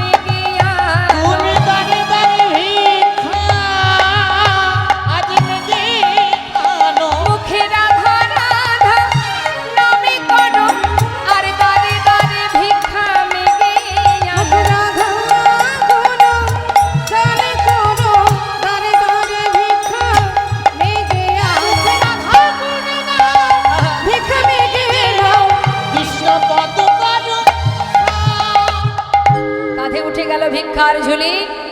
এবার বাবাজির কথা মতো দাঁড়ে দাঁড়ে ভিক্ষা করতে শুরু করলো মা। ভিক্ষা করতে করতে হঠাৎ বৃন্দাবনে তার স্ত্রী, তার পুত্র কন্যার সঙ্গে দেখা হয়ে গেল। তারা মুর্শিদাবাদ থেকে গেছে বৃন্দাবনে তার স্বামীকে, তার পিতাকে দেখবার জন্য। যেই না দেখেছে পিতার কাঁধে ভিক্ষার ঝোলা, কাঁদছে তার সন্তান। কাত্যায়নী কেঁদে কেঁদে বলছে, স্বামী যে এত বড় জমিদার, যার এত ধন ঐশ্বর্য, এত বিষয় সম্পদের মালিক, যে যার এত সুখ, এত শান্তি, এত তৃপ্তি, এত আনন্দ, সব ফেলে একটা ভিক্ষার ঝুলি কাঁধে নিয়ে এই বেশ আমি দেখতে পারছি না। স্বামী তুমি ঘরে ফিরে চলো। জমিদার লালা বলে উঠলেন, কাত্যায়নী আমার তো যাওয়ার আর কোনো জায়গা নেই, এটাই আমার ঘর, এটাই আমার ঠিকানা। তাই তোমরা যেখান থেকে এসেছো সেখানে চলে যাও, আমি আর কোথাও যাব না। তখন ছোট্ট ছেলে নারায়ণ বললেন, বাবা তুমি যদি নাই যাবে তাহলে এই বৃন্দাবনে একটা থাকবার জায়গা করে দিই, তুই যদি করে দিস আমার কোনো বাধা নেই। একটা সুন্দর মন্দির নির্মাণ করে সেই মন্দিরে এক বিগ্রহ স্থাপন করে দিল, যার নাম কৃষ্ণচন্দ্রমা। সেই বিগ্রহ সেবা দেবার জন্য এক পূজারীকে রাখা হলো মা, কারণ লালার তো দীক্ষা হয়নি, সে তো ভগবানের সেবা দিতে পারবে না, তাই পূজারী রেখেছে মন্দিরে ভোগ নিবেদনের জন্য। আর লালা কি করে? প্রতিদিন ভিক্ষা করে, কিন্তু ভগবানের সেবা দিতে পারে না, এটাই তার দুঃখ।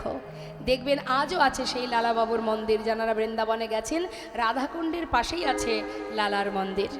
তো সেই মন্দিরে বিগ্রহ স্থাপনের পর সেবার দায়িত্ব পড়লো এক পূজারীর, লালার সেবা দিতে পারে না বলে সেটাই তার দুঃখ। প্রতিদিন যখন ভগবানের সেবা হয়, আরতি হয়, ওই দরজার কাছে বসে লালা চোখের জলে বুক ভাসিয়ে কাঁদে আর বলে, কি অপরাধ আমার, কেন আমি এখনো পর্যন্ত দীক্ষা পেলাম না, কেন আমি মন্ত্র পাচ্ছি না প্রভু, কেন নিজে হাতে তোমায় সেবা দিতে পারছি না, কি অপরাধ, তুমি একবার মোরে কৃপা করো। প্রতিদিন কাঁদে। হ্যাঁ, হঠাৎ একদিন পূজারীকে বলছে, পূজারী জানো পূজারী, প্রতিদিনই তো ভিক্ষা করি, আজ আর ভিক্ষা করতে ভালো লাগছে না, আমি ওই যে গুহা আছে ওই গুহার মধ্যে বসে বসে একটু ভজন করব। তুমি মন্দিরে ভোগ নিবেদন করে আমাকে একটু প্রসাদ দিয়ে আসবে, কেমন? বেশ, হরি বল। মন্দিরের ভিতরে পূজারীকে এই কথা বলে এবার লালা চলে গেল গুহার মধ্যে, গিয়ে বসে বসে ভজন করছে বাবা। আর ভজন করবার সময় প্রতিজ্ঞা করলেন লালা, শুনেছি তুমি নাকি ভক্তের ভগবান, শুনেছি তোমায় ডাকলে নাকি তুমি ডাকে সাড়া দাও, আজ যদি তুমি আমার ডাকে সাড়া না দাও এই গুহা থেকে আমি আর বেরোবো না, তোমায় সেবা দিতে পারি না, তোমার দেখা পাই না, জানি না আর কতক্ষণ বেঁচে থাকবো, আজ যদি তোমার দেখা না পাই আমিও দেখতে চাই ভক্তের ডাকে সাড়া না দিয়ে তুমি কেমন করে দূরে থাকতে পারো।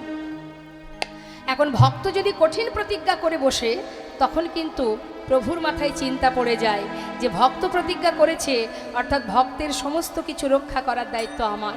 হ্যাঁ, সে নিজেকে সঁপে দিয়েছে ভগবানের চরণে, এবার নিজেকে নিবেদন করে দিয়ে আপন মনে ধ্যানে মগ্ন, কৃষ্ণ নামে মগ্ন।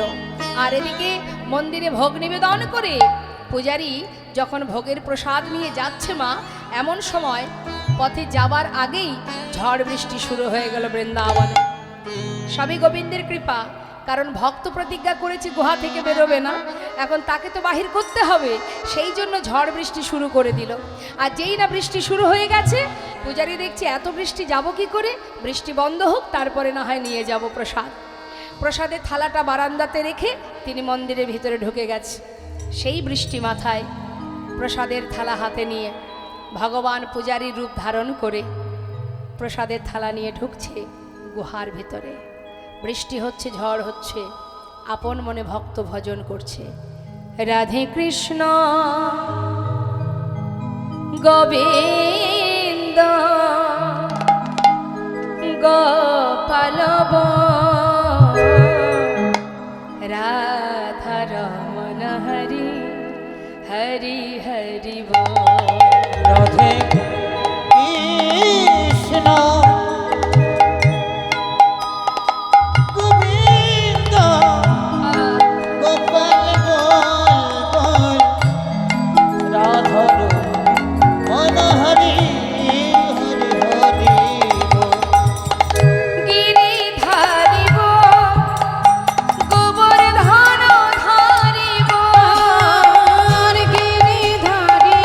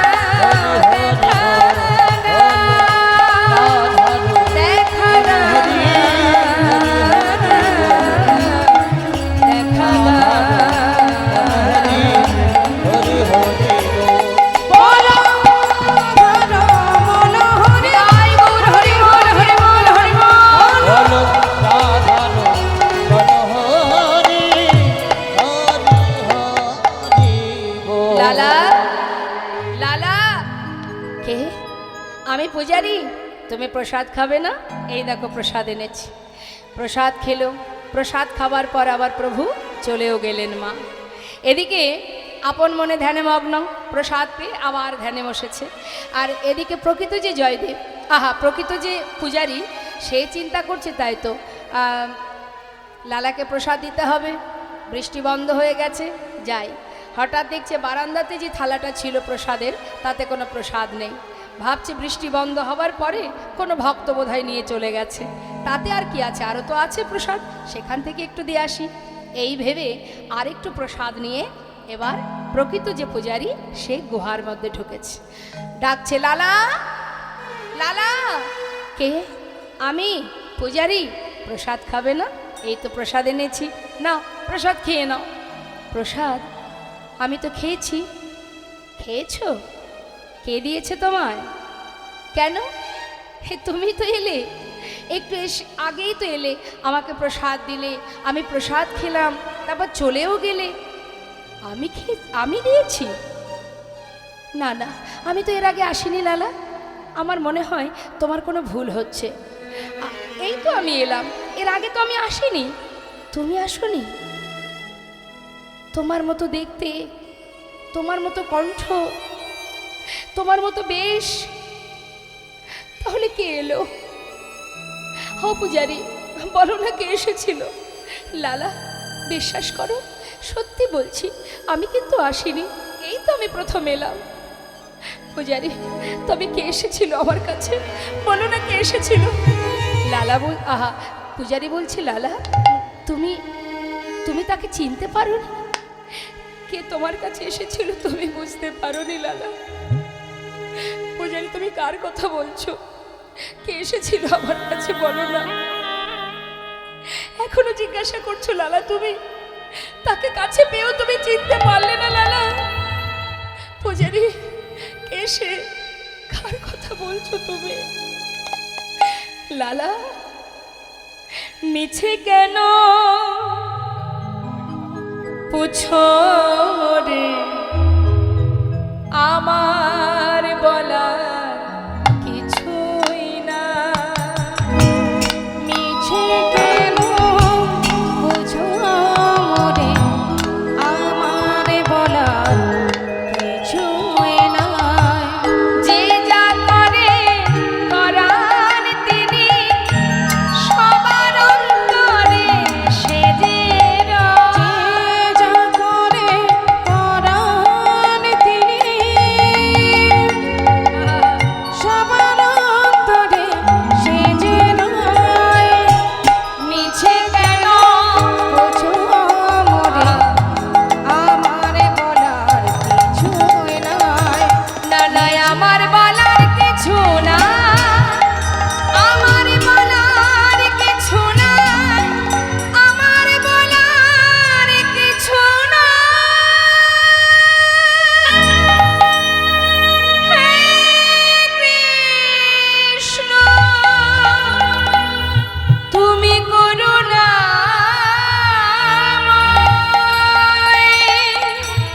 তুমি করুণা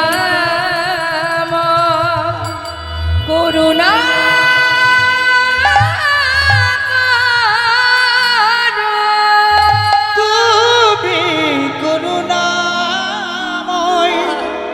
করুণা করো।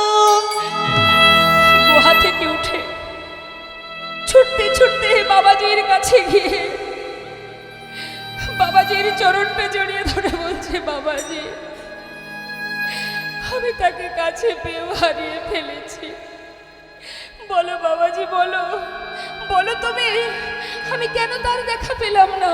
কেন সে আমার কাছে এসেও আমায় ধরা দিল না? কি অপরাধ আমার? বাবাজি, তুমি একটা বার বলো, বলো না মোরে, কাদায়েছ কেন, করেছ কেন ছলনা? বলো না মোরে, কাঁদাইছ কেন, করিছ কেন ছলনা? বলো না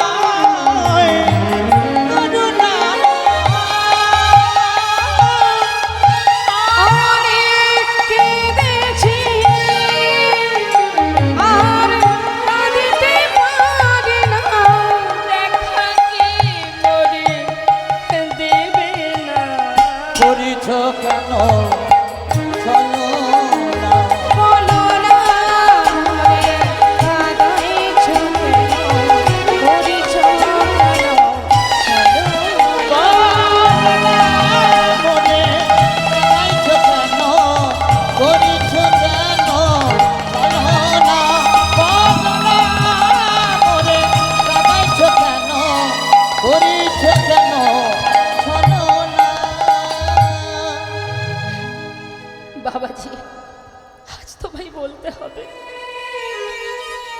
কেন তুমি আমায় মন্ত্র দিচ্ছ না? কেন কেন দীক্ষা দিচ্ছ না বলো? বাবাজি আবার বললেন, তোমার এখনো সময় হয়নি, ফিরে যাও। যত সময় তুমি না বলবে আমি তোমার চরণ ছেড়ে কোথাও যাব না। আজ তোমাকে বলতে হবে কোন অপরাধের জন্য তুমি আমায় মন্ত্র দিচ্ছ না। বেশ, তাহলে শোনো লালা, তোমাকে মন্ত্র দেব আমি, তার উপযুক্ত সময় তো এখনো হয়নি। জানতে যখন চেয়েছো কোন কারণে মন্ত্র দিচ্ছি না, সেটা হলো তোমাকে বলেছিলাম তুমি সবার ঘরে ভিক্ষা করবে, প্রত্যেকের ঘরেই তুমি ভিক্ষা করেছো, কিন্তু একজনের ঘরে তো তুমি ভিক্ষা করনি, সে হলো জগৎ শেঠ। কেন যাওনি তার ঘরে ভিক্ষা করতে? বাবাজি, ওদের সঙ্গে আমাদের একটু পুরানো দ্বন্দ্ব আছে। কি জন্য দ্বন্দ্ব? জমিদারি ছিল, জমিদারির কারণে। এখন কি তোমার সেই জমিদারি আছে? না। তুমি কি জমিদার আছো? না। তাহলে দ্বন্দ্ব কেন থাকবে লালা? যার সঙ্গে এত দ্বন্দ্ব বিবাদ আছে তার ঘরে গিয়ে নত মস্তকে, মাথা নত করে, গলবস্ত্রে এক মুষ্টি তণ্ডুল যদি তুমি ভিক্ষা করে আনতে পারো, তবেই তোমায় আমি মন্ত্র দেব। হরিবল হরিবল। তাই জেনে রাখবেন বাবা, ধর্মীয় কাজ, শুভ কাজ, আপনার বাড়িতে বৈষ্ণব সেবা, ভক্ত সেবা, ভগবত সেবা যেটাই করুন না কেন, ভিতরে যদি কখনো হিংসা কালিমা থেকে থাকে কারুর প্রতি, আপনার বাড়িতে হরিবাসর হচ্ছে, কোনো ব্যক্তির সঙ্গে আপনার বিবাদ দ্বন্দ্ব আছে, তাকে বাদ দিয়ে আপনি বাড়িতে অনুষ্ঠান করছেন, জেনে রাখবেন আপনার সেই অনুষ্ঠানই কিন্তু ব্যর্থ হবে, বিনিময়ে কোনো ফল, কোনো কৃপা প্রভুর কাছ থেকে পাবেন না। কারণ আপনার ভিতরে যে হিংসা আছে, যে ক্রোধ আছে, কারোর প্রতি অভিমান থাকুক, ক্ষোভ থাকুক, সেটাকে দূরীভূত করে যদি নতমস্তকে তার কাছে গিয়ে তাকে নিমন্ত্রণ করে তাকে ঘরে এনে সসম্মানে যদি তার সেবা দিতে পারেন, তবেই আপনার সেই যজ্ঞ সার্থক হবে। তাই গৌর। তাই বাবা, এই জন্য লীলা শ্রবণ করতে হয়। জীবনের কিছু কিছু ভুল সেগুলো সংশোধন হয়ে যায়। আজ দেখুন মা, লালা ভিক্ষার ঝুলি নিয়ে চললেন চিরশত্রু, এতদিনের যার সঙ্গে দ্বন্দ্ব বিবাদ, সেই শত্রুর ঘরে আছে ভিক্ষা করতে। গিয়ে পৌঁছালেন দ্বারে, ভিক্ষাং দেহি। মস্ত বড় জমিদার লালা, তার কাঁধে ভিক্ষার ঝোলা, চোখে কৃষ্ণ প্রেমের বাড়ি, সারা গায়ে কৃষ্ণ নাম, বদনে কৃষ্ণ নাম। এহেন বেশ দেখে দাড়ি কোনো কথা না বলে চিনতে পেরেছে, তাই দেরি না করে তাড়াতাড়ি করে কিছু মূল্যবান বস্তু তাকে দক্ষিণা ভিক্ষা স্বরূপ দান করবে বলে যেই না কাছে এনেছে, তখনই লালা বলে উঠলেন, দাড়ি, আমি তোমার হাত থেকে ভিক্ষা নিতে পারবো না, তোমাদের যে জমিদার তাকে একবার দ্বারে আসতে বলো, তার হাত থেকে এক মুষ্টি তণ্ডুল নিয়েই আমি চলে যাব। জানো, যে সম্পদ তুমি ভিক্ষা স্বরূপ দেবে বলে এনেছো, এ সম্পদের ভিখারি আমি নই, আমি ধনের ভিখারি নয় গো, আমি ধনের ভিখারি আমি ধনের ভিখারি কোথায়? নই গো, আমি ধনের ভিখারি নই, আমি ধনের ভিখারি নয় গো, ধনের ভিখারি ধনের ভিখারি নয়, আমি ধনের ভিখারি নয়। চাই গো যে আমি এক মুষ্টি ভিক্ষা, চাই গো যে আমি এক মুষ্টি ভিক্ষা, চাই গো যে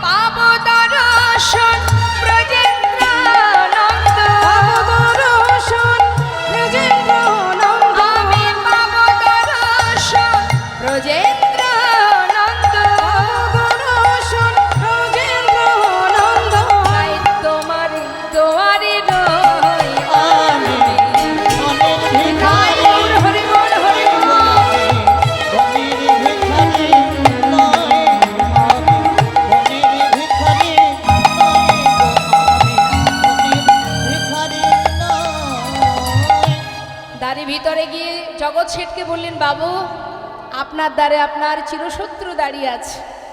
এতদিন যার সঙ্গে দ্বন্দ্ব বিবাদ ছিল, আজ সে আপনার দ্বারে ভিক্ষার ঝুলি নিয়ে দাঁড়িয়ে আছে। একবার আপনাকে যেতে হবে, আপনার হাত থেকে তিনি ভিক্ষা নেবেন। জগৎ শেঠ বললেন, নাম কি তার? তার নাম জমিদার লালা বাবু। বলো কি, সে আমার দ্বারে দাঁড়িয়ে আছে? হ্যাঁ, আমাকে একবার নিয়ে চলো, নিজে আমি দেখতে চাই, নিজে সাক্ষাৎ দর্শন করতে চাই। দ্বারে এসে যখন দাঁড়িয়েছে জগৎ শেঠ, লালার সেই বেশ দর্শন করে মুখের দিকে তাকিয়ে এক দৃষ্টিতে চেয়ে শুধু জিজ্ঞাসা করছে, তুমি সেই মস্ত বড় জমিদার লালা, আজ আমার দ্বারে দাঁড়িয়ে আছো এখনো বেশ পরিধান করে। জানি না এই বেশ এ কি তোমার প্রকৃত বেশ নাকি কোনো ছলনা? কোনো ছলনা করে আসনি তো? বলে উঠল, বন্ধু এমন কথা বলো না। না না, আসিনি আজ তোমার কাছে বন্ধু কোনো ছলনা। চেয়ে দেখো, ঘাটের মাঝি পার ঘাটাতে বসে ডাকছে আমার। হরি বল, হরি বল। আসিনি আজ তোমার কাছে বন্ধু কোনো ছলনা। হরি বল। ঘাটের মাঝে পার ঘাটাতে বসে ডাকছে আমার। যে দেখো বন্ধু গো,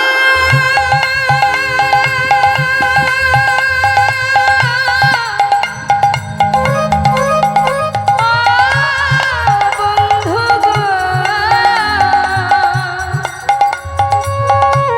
বন্ধু গো,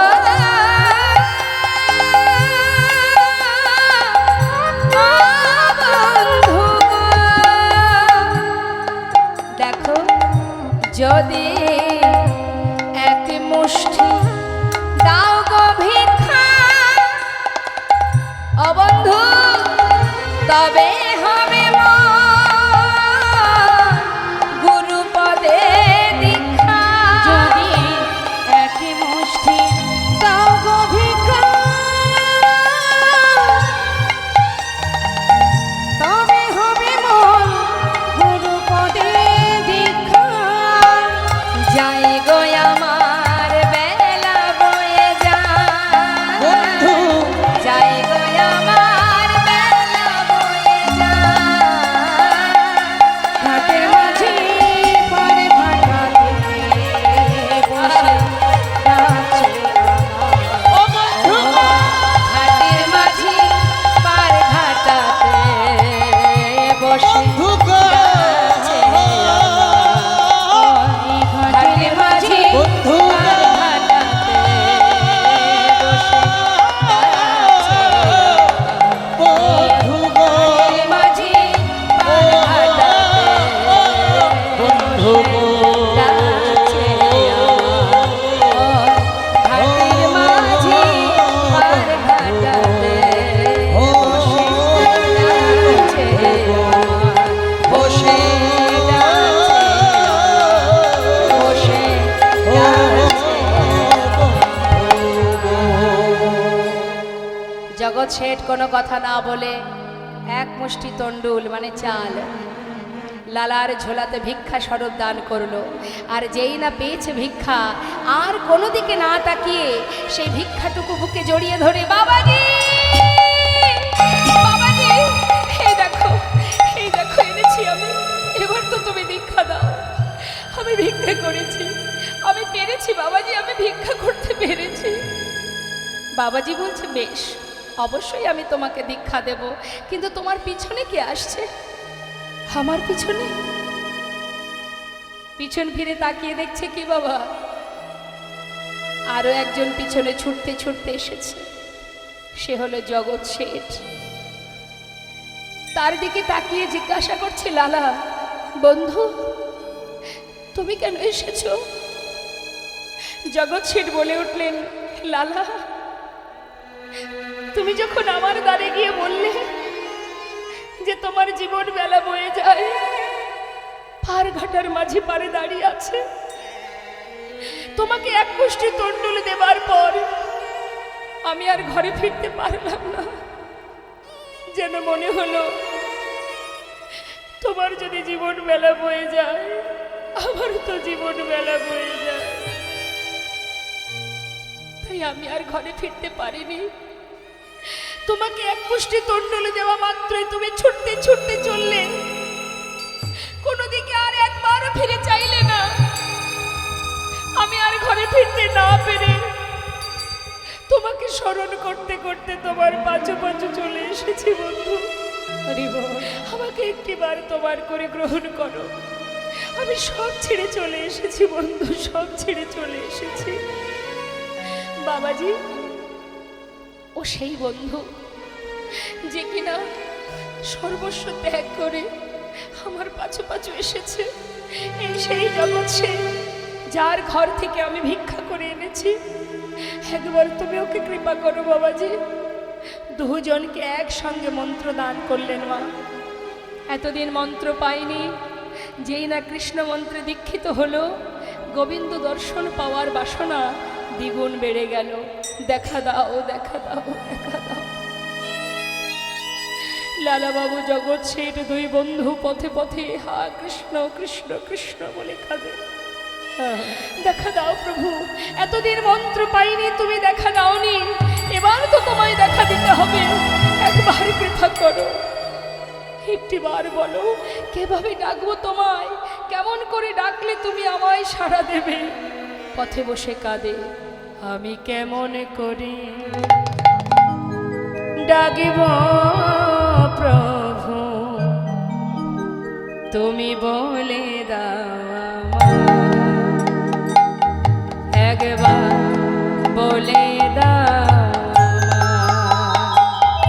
আমি কেমন করে ডাকিব প্রভু, বলে দাও আমায়,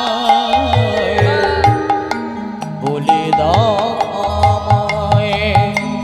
আমি কেমন করে ডাকিব প্রভু, বলে দাও আমায়, তুমি বলে দাও কেমন করে ডাকব প্রভু, বলে দাও আমায়, বলে দাও আমায়। তুমি নাকি দয়াল হরি, সবার দয়া করো, আমি অধম রইলাম পড়ে, বলো বিচার কেমন করো। তুমি নাকি দয়াল হরি, তুমি সবার দয়া করো, আমি অধম রইলাম পড়ে, তোমার বিচার কেমন করো। ওগো তুমি নাকি দয়াল হরি, সবার দয়া করো, আমি অধম রইলাম পড়ে, তোমার বিচার কেমন করো। তুমি নাকি দয়াল হরি, তুমি সবার দয়া করো, আমি অধম রইলাম পড়ে,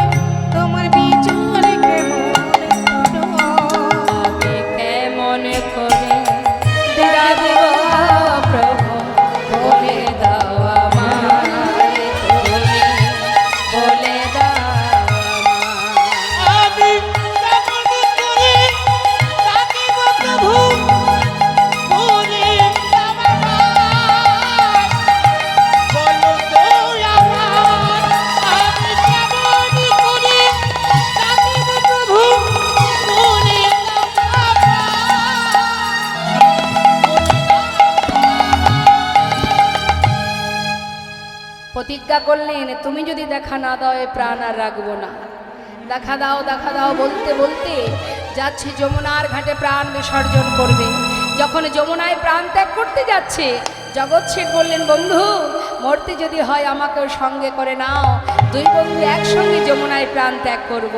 যখনই দুজনে জলে নামছে মা, তখন কি আর গোবিন্দ দূরে থাকতে পারে? ভক্তকে রক্ষা করবার জন্য বালুরাশিতে যমুনার পাড়ে বালুরাশির উপর ত্রিভঙ্গ বঙ্কিম ঠামে দাঁড়িয়ে ডেকে উঠলেন, লালা লালা।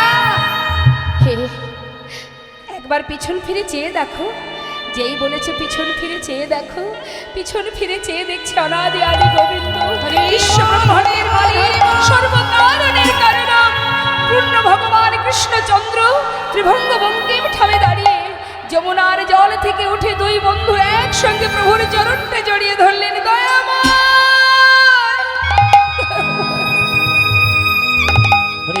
হে কৃপাময়, হে করুণাময়, একবার কৃপা করো।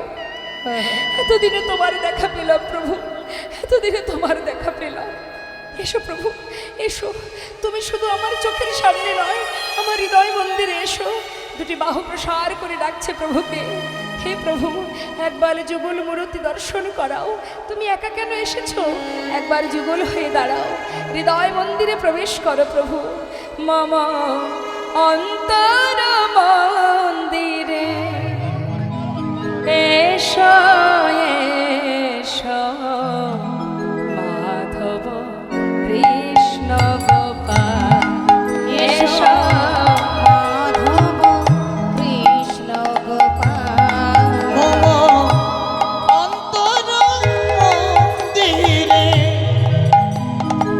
তুমি এসো এসো, মাধব কৃষ্ণ গোপাল এসো, মাধব কৃষ্ণ গোপাল। এসো এসো তুমি এসো হৃদি মাঝে, অন্তর জামি হারে প্রাণে প্রিয় রাজে। এসো এসো তুমি এসো হৃদি মাঝে, অন্তর জামিনে হরি প্রাণে প্রিয় রাজে। অধরে বাসিয়া মধুর হাসিয়া, অধরে বাসিয়া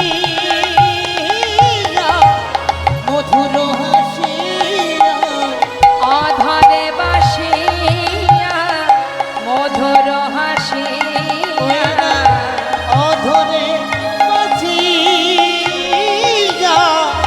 মধুর হাসিয়া।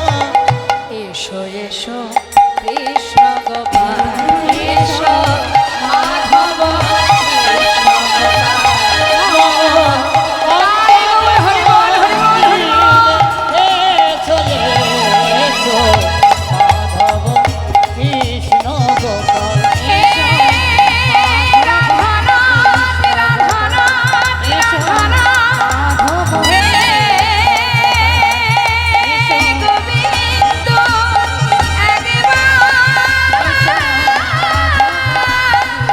একবার এসো হৃদি মাঝে, ও হে কৃপাময়,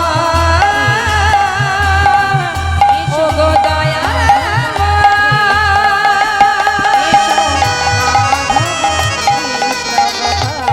এসো মাধব কৃষ্ণ গোপাল।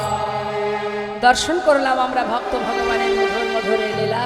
মহাজন বললেন, এই লীলা দর্শন করে ভক্ত আর ভগবানের মিলন হইল, ভগবানের মিলন হইল, প্রেমানন্দে বদন ভরে হরি হরি বল, প্রেমানন্দে বদন ভরে হরি হরি বল, প্রেমানন্দে বদন ভরে হরি হরি বল। প্রেমানন্দে বদন ভরে হরি হরি বল।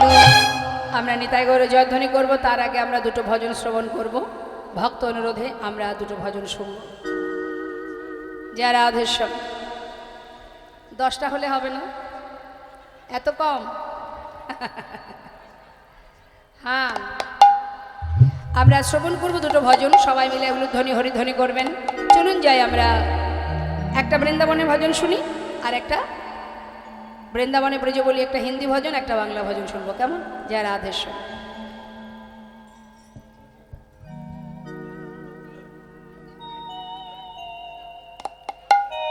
নবদ্বীপে, আচ্ছা বেশ। किशोरी कुछ ऐसा इंतजाम हो जाए,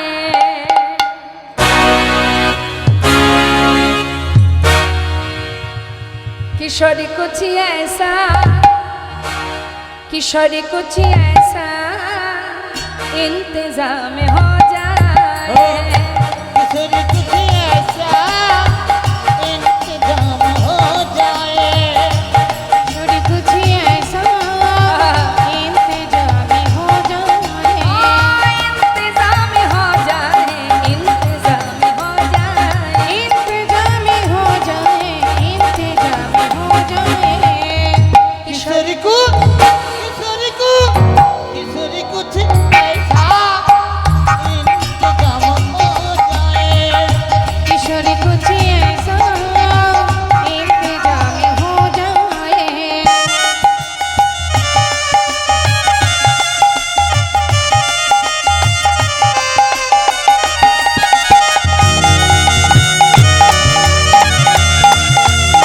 राधे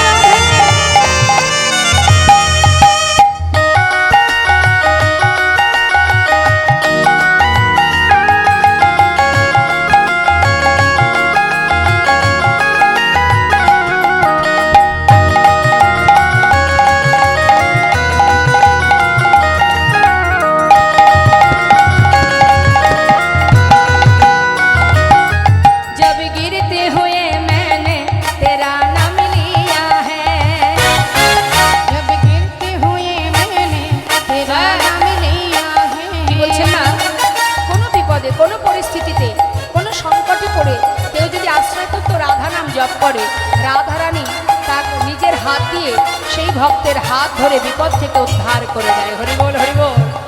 जब गिरते हुए मैंने तेरा नाम लिया है, जब गिरते हुए मैंने तेरा नाम लिया है, जब गिरते हुए मैंने तेरा नाम लिया है, जब गिरते हुए मैंने तेरा नाम लिया है, तो गिरने न दिया तूने मुझे थाम लिया है, तो गिरने न दिया तूने मुझे थाम लिया है।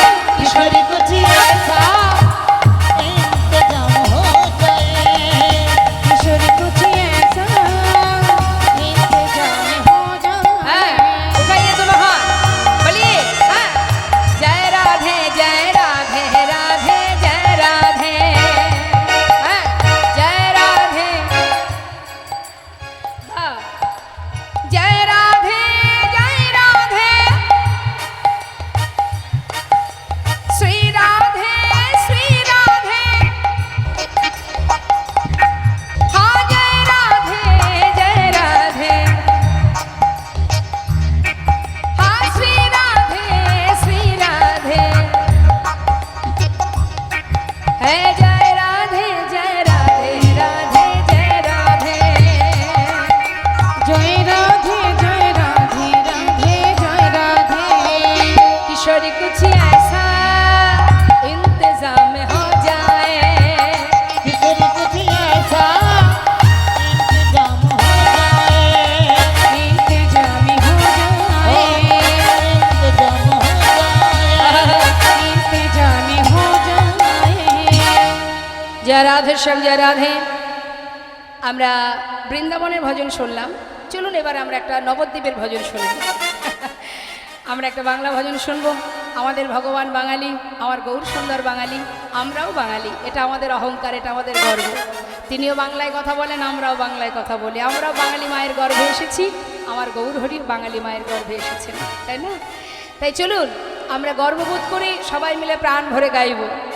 সুরধনির কিনারা আচ্ছা সোনার নুপুর দিয়া পা তাই নাকি? নাচে না গরি গো সুন্দর গৌরঙ্গরা ওই সুরধনির কিনারায় সোনার পুতিয়া পায়